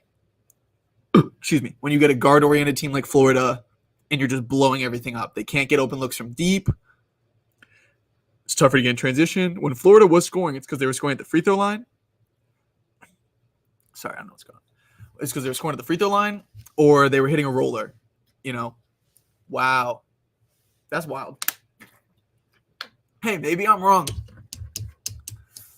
I'll go back and watch them. We got 4 days. 3 days. I'll go back and watch Samford. You've gotten me that far. Okay. I appreciate you clarifying. Okay, back to San Diego State. San Diego State makes it a lot harder to play. Auburn's going to struggle against San Diego State. Auburn lost to Mississippi State. Mississippi State and San Diego State are very similar flavored teams, right? Auburn did look like world beaters, as did Illinois, as did Iowa State, as did UConn this week, which is why this region's crazy and why it's the best region. But do I think San Diego State can beat UConn? Is an interesting one, right? No, I don't. I think FAU could be UConn. Anyone else think FAU could be UConn? Like, guards that really move the ball, can get hot from deep, chemistry, like cool, calm, and collected under every circumstance. They play down to their competition. They could lose to Northwestern, but they play up to their competition. Yup. They could do it. I wonder what that line is. What is it? FAU 7.5? Yeah, dude, the whole team has been there the moment. They're not afraid of the moment. John L. Davis is one of the coldest dudes in college basketball, right? Behind who? Devin Carter? Maybe Boo Booey? I can't. They're playing each other. Oh, you're at MSG? No, yeah, they're so good, right? Who's another team? FAU, they beat Illinois in that game? No, Illinois ended up winning, right? That was the game Domask went for like 30 when they played earlier this year. FAU played up to their competition against Illinois, right? They beat A&M. They smoked Virginia Tech. I said Charleston. The Arizona win was so impressive. Like Arizona in theory could have. What FAU did to Arizona is why I think they can beat UConn. And I'm not going to pick it. Yeah, the Marquise Noel thing would be crazy. I mean, Marquise Noel was crazy. Like, it was just freestyling, man. Like, the lobs. He was getting, like, 12 assists a game. Kentucky couldn't touch him. Kentucky could not check him. He did whatever he wanted against Kentucky. And then Ish Massoud, Keontae Johnson. Keontae Johnson hit that crazy three. That was an unreal game. If you have a second, watch the extended highlights to Kansas State, Kentucky. Yo. Wait, what do you mean Klingon Gold in round 2? When was round 1? Did they play UConn last year? Oh my God. Okay, I'm so dumb. You don't mean round 2 of them playing each other for the second time. You mean in round 2 of the tournament. I'm dumb. I'm sorry. I've been on a fucking YouTube stream for 2 hours and I'm not thinking. I appreciate that. Oh, no, I think I'm doing it, bro. Unless, I mean, they are playing in round 2. Illini beat them, but FAU was right there. And Illinois is damn good. Can we come back to – no, you know what we need to go back to? We never solved this. Someone sell me on who's going to win this game. Like,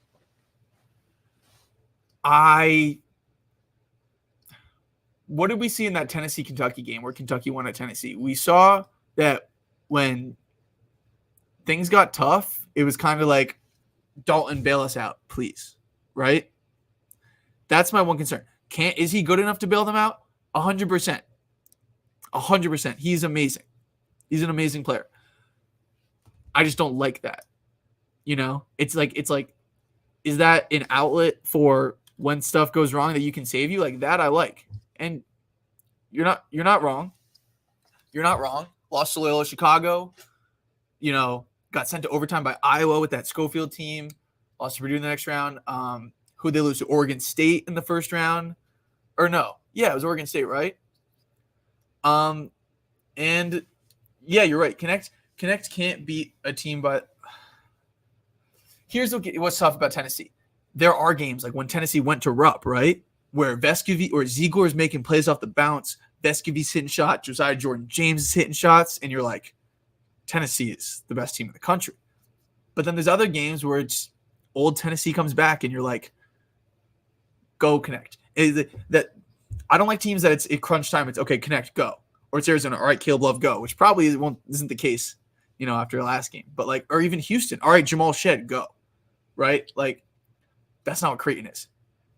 It could be Alexander, it can be Ashworth. Kalkbrenner might even be your best player, and yeah, you know, I named him. You could name him 4th. Like the concern about Creighton's depth, like we saw what they did last year without it.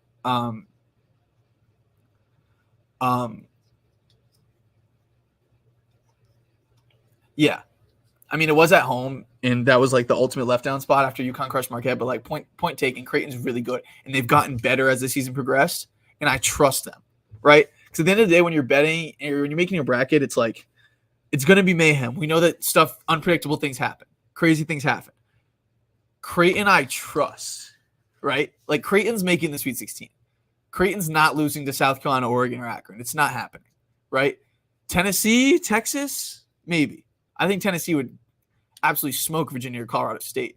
But this is a really interesting one. You know what? Thank you, chat. We're getting to Creighton. Yeah. Tennessee loses in the quarters to Mississippi State. Ooh, that's another good point. That's another good point, Julian. And guess what? It's not a typical Tennessee team. They're not bringing a guy like him off the bench or a Huntley Hatfield off the bench. He's their guy. Awaka is like 6'8". Kalkbrenner will do whatever he wants. Shireman's up for the challenge. He can put a body on Connect. I'm a little worried about Ziegler and those guys getting up in Ashworth's grill, but he's shown a lot of composure and gotten a lot better, right? I can't believe Creighton lost to Providence. Like, I think I'm going to chalk that up to just, oh, wait. Oh, Aiden. Creighton didn't make the semis either, boss. I didn't even realize. Like, it's crazy that Providence went and beat Creighton. And maybe it's just because it's hashtag it's hard to beat a team 3 times, right? So, and like that was just Devin Carter magic in the Garden. But that's another good point. The chat is popping off today. We've got ball knowers in the chat. I appreciate you guys spending time with me. Yeah, that can bother me. Against Marquette, the first game in Marquette, like I'm like, get it to Kalkbrenner. They couldn't get to Kalkbrenner because Ashworth was being harassed, right? Like that Marquette ball pressure is what Tennessee can do that too, right? So that concerns me a little bit, but Alexander's the best guard on the floor. Connect is obviously a little better than Shireman, but like Shireman's still a really, really, really good college player. I think that dude should be a first-round draft pick. Someone changed my mind. Yeah, Vescovy has regressed. This dude, I know like 20 people make SEC first team, but like he was all the SEC first team last year. I'm not so here's the thing. I don't think Creighton's gonna that's the thing about this region, right? So you want to know why I'm obsessing over this matchup is because the winner of this game is going to the Final Four as far as I'm concerned. So it's which of these teams do I think is going to make the Final Four is what I'm asking right now, because I'm not putting Purdue in my Final Four. It's not happening because I think they could lose to TCU. Purdue would rinse Utah State. Utah State, it's been a great season. You're going to lose to TCU, and if you beat TCU and I'm wrong, you're going to get smoked by Purdue. Okay? This part is driving me a little crazy because do I just be boring and just do this? I'm taking Creighton over Purdue, though. I think Tennessee could beat Purdue. No, that was Kansas. Tennessee didn't play. No, Tennessee-Purdue was in Maui. And what happened in that game? It was the worst game ever. There was like 80 free throws, right? Am I wrong? Tennessee-Purdue. Didn't that happen? Yeah, 71-67. Tennessee attempted 30 free throws. Purdue attempted 48 free throws. It might not be an issue because Zach Edey is the most unstoppable player in the country, right? But in theory, if in a one-game setting, if I could pick one dude to guard Zach Edey, it's Donovan Clingan or Ryan Kalkbrenner, is it not? Right? Maybe Mitchell Saxon. Shout out St. Mary's. Maybe Mitchell Saxon. But there's not many guys where you feel really good about throwing at Edey. Maybe Dickinson can't move his feet that well, but like at least he's a solid big body. You can throw at him. Yeah, I'm talking about Maui. I'm not told there'll be a Purdue. They would be but here's the thing which you have to understand about Purdue. If Purdue gets their feet under them, they can run. Yeah, well, if Houston had it, I think Houston would beat Purdue too, because they would trap Edey the second he catches it, not on the dribble. A lot of teams wait for him to put the ball on the floor, right? And Houston would close out so hard, controlled closeouts, as would Iowa State to the lawyers, the Gillises of the world, right? Not Ethan Morton because he's afraid to shoot. I think Houston would beat Purdue. I think UConn would beat Purdue. And, dude, St. Mary's Purdue would have been fun. I would have loved to have seen that. I would have picked St. Mary's to beat Purdue, straight up. It's hard to get Kansas there, right? Like I want to have some fun with McNeese. I guess I decided that Grand Canyon was the team I was gonna have some fun with and throw in my Sweet 16. And then Purdue Gonzaga, like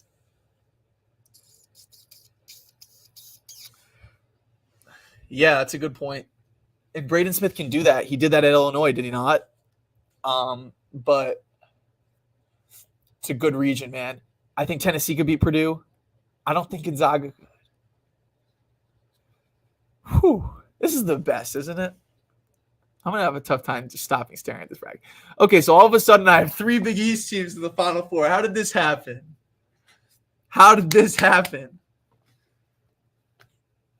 God damn, this wasn't the plan. Should I go crazy?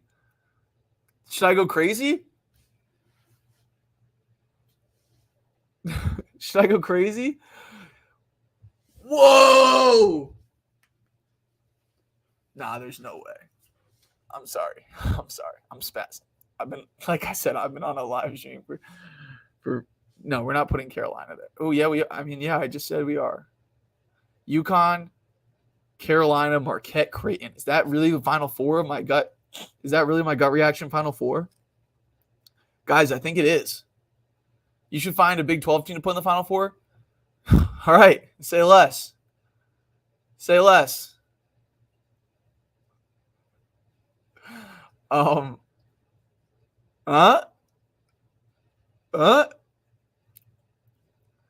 I'm losing it, guys.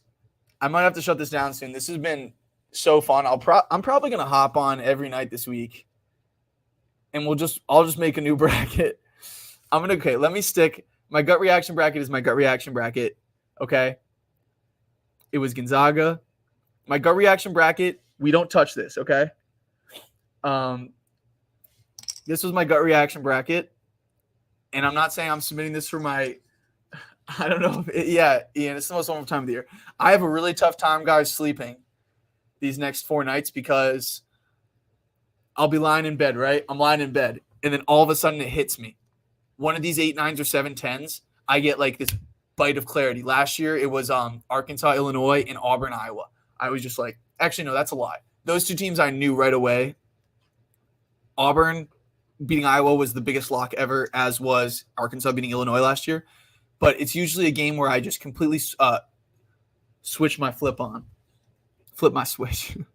I don't know what's going to be this year. It could be Dayton. It could be, oh my God, Nevada. Nevada's going to beat Arizona, and that's what's going to open up the path for the Lobos who own Nevada. I'm just saying. I wouldn't be shocked if that happens. Maybe it's Oregon. Maybe I changed my mind. No, I lied. I can't change my mind. I already bet South Carolina. What did I say about Duke UVM? I said that this isn't as good. You don't have Anthony Lamb on. You don't have a pro on this team, right? Like, Vermont gave Arkansas a good game, and I think it was Florida State. It might have been someone else, but Duke's pretty pissed. They just lost a game. They punked Oral Roberts last year. I don't think Vermont has enough juice from what I saw of them against UMass Lowell. Ooh, I mean, hey, I'm open to all content ideas, guys. Like, shit, I might. That was fun. I did on the Sleepers Media YouTube channel. I did breakdowns with Greg Waddell for every Big 12 tournament game. So I might hop on there and do some stuff. But I mean, I got my mic and my camera, and you know that I'm spending all of my time on this stuff. So I'll probably get it cranking. I don't know what this is. This is if Marquette has Kolek and they make the Marquette's going to lose to Florida or Colorado, to be honest. But if Marquette has Tyler Kolek and they get another crack, I mean, that's a crazy gauntlet. Hold up. Kentucky, Houston, Creighton, UConn. There's no way, right? If Marquette wins, it's because they didn't have to play one of these teams. It's because they either played State or they got Duke. Don't even say Wisconsin or Nebraska, but maybe. It's going to change throughout the week. This is way too chalky for me. I need to get something crazy in here. Why am I so confident in? First of all, thank you very much. I got to hear Nick. Yeah, Nick was traveling. Nick and I will definitely do something. I was texting him during Selection Sunday. He helped me push me off like Auburn. I wanted to bet Auburn. Nick is so sharp. He's so great. And I'll definitely do something with him. Why am I so confident in Gonzaga? I'm not. This could totally happen. Fuck it. This could happen. Okay. But it's Mark Few, man. Mark Few's a really good coach. They make the Sweet 16 every single year. If you get by McNeese, which will be a close game, if you get by McNeese, who hasn't seen anything like that Nemhard Grammy Gay pick and roll, right? Hasn't seen anything like that. Gonzaga's had all this time since, losing the same areas in the West Coast Conference Finals to prepare for a team that's going to pressure the ball a lot and hit some threes. But as good as McNeese is, McNeese got screwed, man. McNeese could have beaten McNeese against Wisconsin. Like, McNeese just got a screwy draw. Like, they're a really good team. Like if you watch them, like they're a really good team, as is Grand Canyon. But I mean, Gonzaga, Kansas in the second round is just a crazy matchup. But like I said, it's the Sweet 16 streak. It's the time off in between the WCC and here. And the fact that this team has just ascended all year. You saw them just go in and win at Kentucky in their first time outside their league. Like, I just trust Mark Few. I do. Should we? I totally think they can. Watch them lose to Utah. You know what? This is what sucks, right, guys? Like, absolutely, I think TCU could beat Purdue. Just like, well, I'm obviously not going to pick it. FAU could beat UConn. But then it's like, what if we don't even get a chance? Because Great O Sabor goes for 30 and 10. Hey, man, I've been back and forth on Gonzaga, Kansas. If you guys have been watching this show, what has given me the most problems? It's this gave me a lot of problems. Creighton, Tennessee gave me a lot of problems. This gave me a lot of problems, right? And BYU, Illinois gave me problems. And I guess this region just not knowing about some injury statuses, right? But like, this is one of the toughest matchups. I'll probably look into it more this week. I think we're going to get it. I think McNeese is going to be hard pressed to pull that off. Wow. Hey, man. The thumbnail on this video, the title of this video is my gut reaction bracket. This is what it is. Obviously, if Tyler Kolek's not playing, this is different. I probably have Florida or Colorado potentially beating Marquette, or I got Kentucky in my Final Four. I want to know about Juwan Roberts' health, right? Another interesting random note. Kentucky, of course, could win the title or lose in the first round. Oakland, like I said, won at Xavier, and he's hurt right now. I'm not sure if he's going to play, but Rocket Watts was a good guard for Michigan State, and he's on Oakland. He's an athlete. Kentucky struggles to guard the ball. Trey Townsend was the player of the year in the Horizon League. That could be the sneaky. A 14, 15, or 16 is going to win, right? It's going to happen. It doesn't really make sense to pick it because you're probably going to be wrong. Also, Western Kentucky, a note, they're kind of like the Big Ten rejects. They've got a Christian Lander from Indiana, right? And I think he played at like Tennessee Tech or some like school like that in between. And Brandon Newman from Purdue. So Western Kentucky's got some familiar faces there.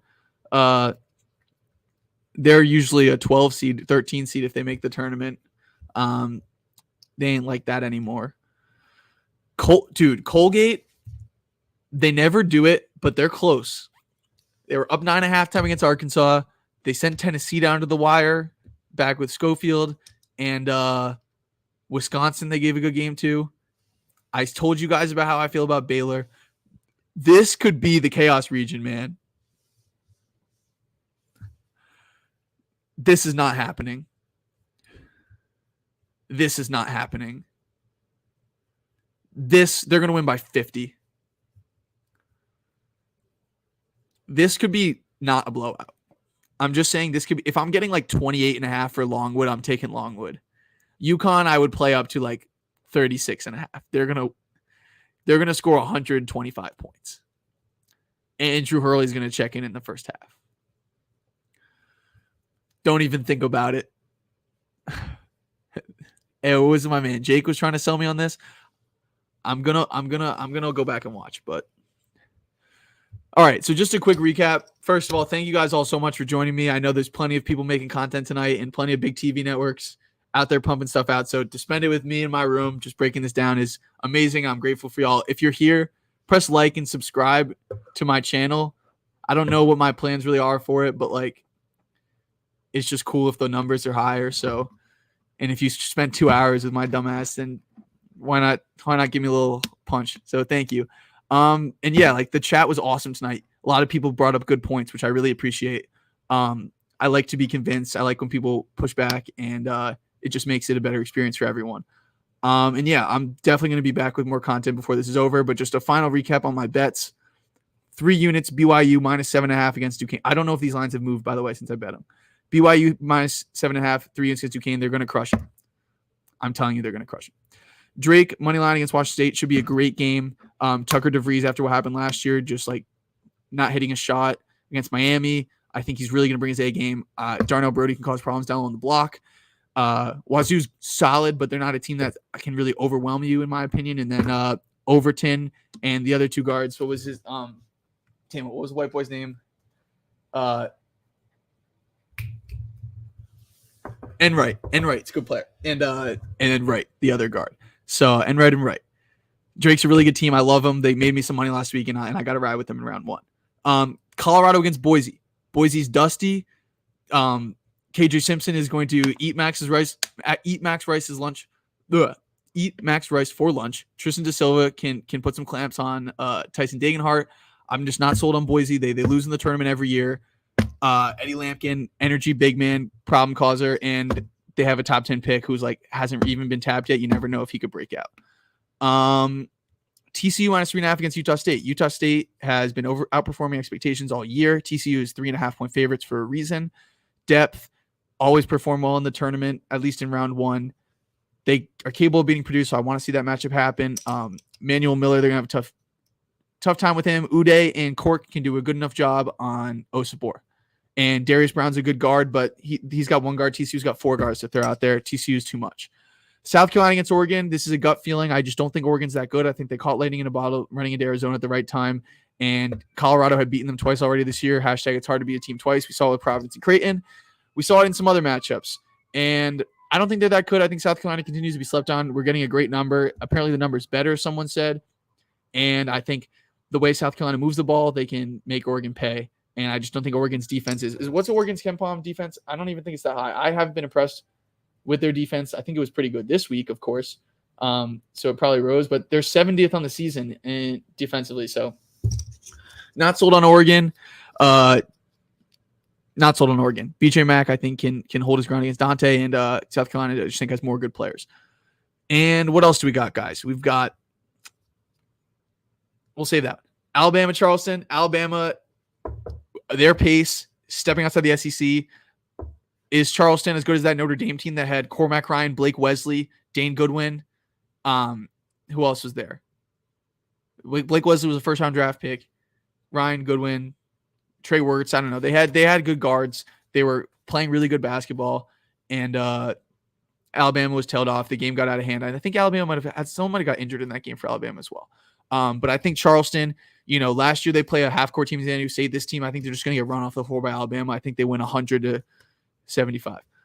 And then, of course, the pick of the year.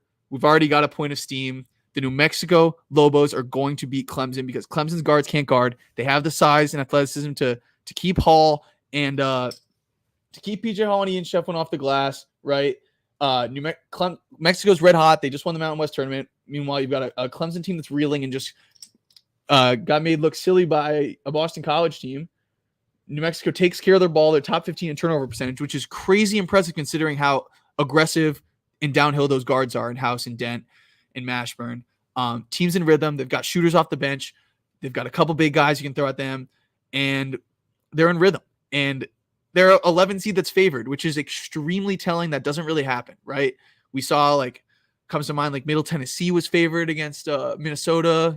I think Murray State might have been favored with Ja against Marquette. It doesn't happen much, but you got to follow the money. New Mexico's a better team. The market's reacting like that. Hop on it now because the Lobos are going to win that basketball game. Ooh, we got night mode now. Y'all see that too? That was crazy. I don't know why at 8:07. I'm in Central Time. Okay, so those are my bets. Let me know if you're tailing.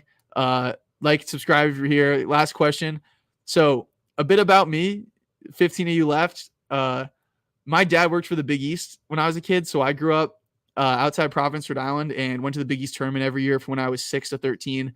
So because my dad worked for the league, I rooted for every team because I was allowed to, and I got to go to every game. So obviously I was going to like players on different teams. So I grew up a Providence fan, a UConn fan, a Marquette fan, a Villanova fan, a Georgetown fan, a West Virginia fan. I liked everybody, and I liked who was good because I was a kid and I was a bandwagon. So I was at the Kemba Walker step back game, and that was just amazing. UConn was my favorite team because they were better than Providence, and I was just a kid, and I loved Kemba, I loved Shabazz, so I was just a huge UConn fan. But then when the Big East became the American, my dad became the American, so then I started loving Houston. I got to sit next to Coach Sampson's wife when Houston played Tulane They got upset by Tulane. Tulane was the 10 seed. They had Dylan Osikowski, who played for Texas. And so that was crazy because that was just bad timing that they got upset that game. But like that was when Kelvin Sampson was really just starting to build Houston. Damian Dotson. Who else? Danwell House. They had some good players. Bernard Powell or Bernard something. Right when Rob Gray was coming around, Corey Davis, Armani Brooks. So like I got to see all those Houston teams right before they became a wagon. So I love Houston as well. And then I went to Wake. I loved Oregon as a kid. I was all over the place, like for real. And I mean, I just love the sport. I root for a ton of teams. I root for a ton of players. I loved Tennessee when they had Schofield. I used to make mixtapes for players and like DM them to them. And I made Admiral Schofield a mixtape, DM'd it to him. He posted on Instagram. I was like 17. I thought it was the coolest thing ever. He was like super nice texting me, and I was rooting for them like crazy in that tournament. Yeah, man, I follow players. I had like I'll follow a team I'll bet on. I had a Gonzaga future a few years ago and was just a huge Gonzaga fan. I watched all their games. I'm all over the map, but I went to Wake, so my allegiance is there. And I love UConn and for growing up a fan, but like Providence is the team that's closest to home. Just living 15 minutes from the dunk as a kid. So that's my answer. Once again, thank you guys all so much for hanging out with me. There'll be more content this week, and enjoy it. Happy March.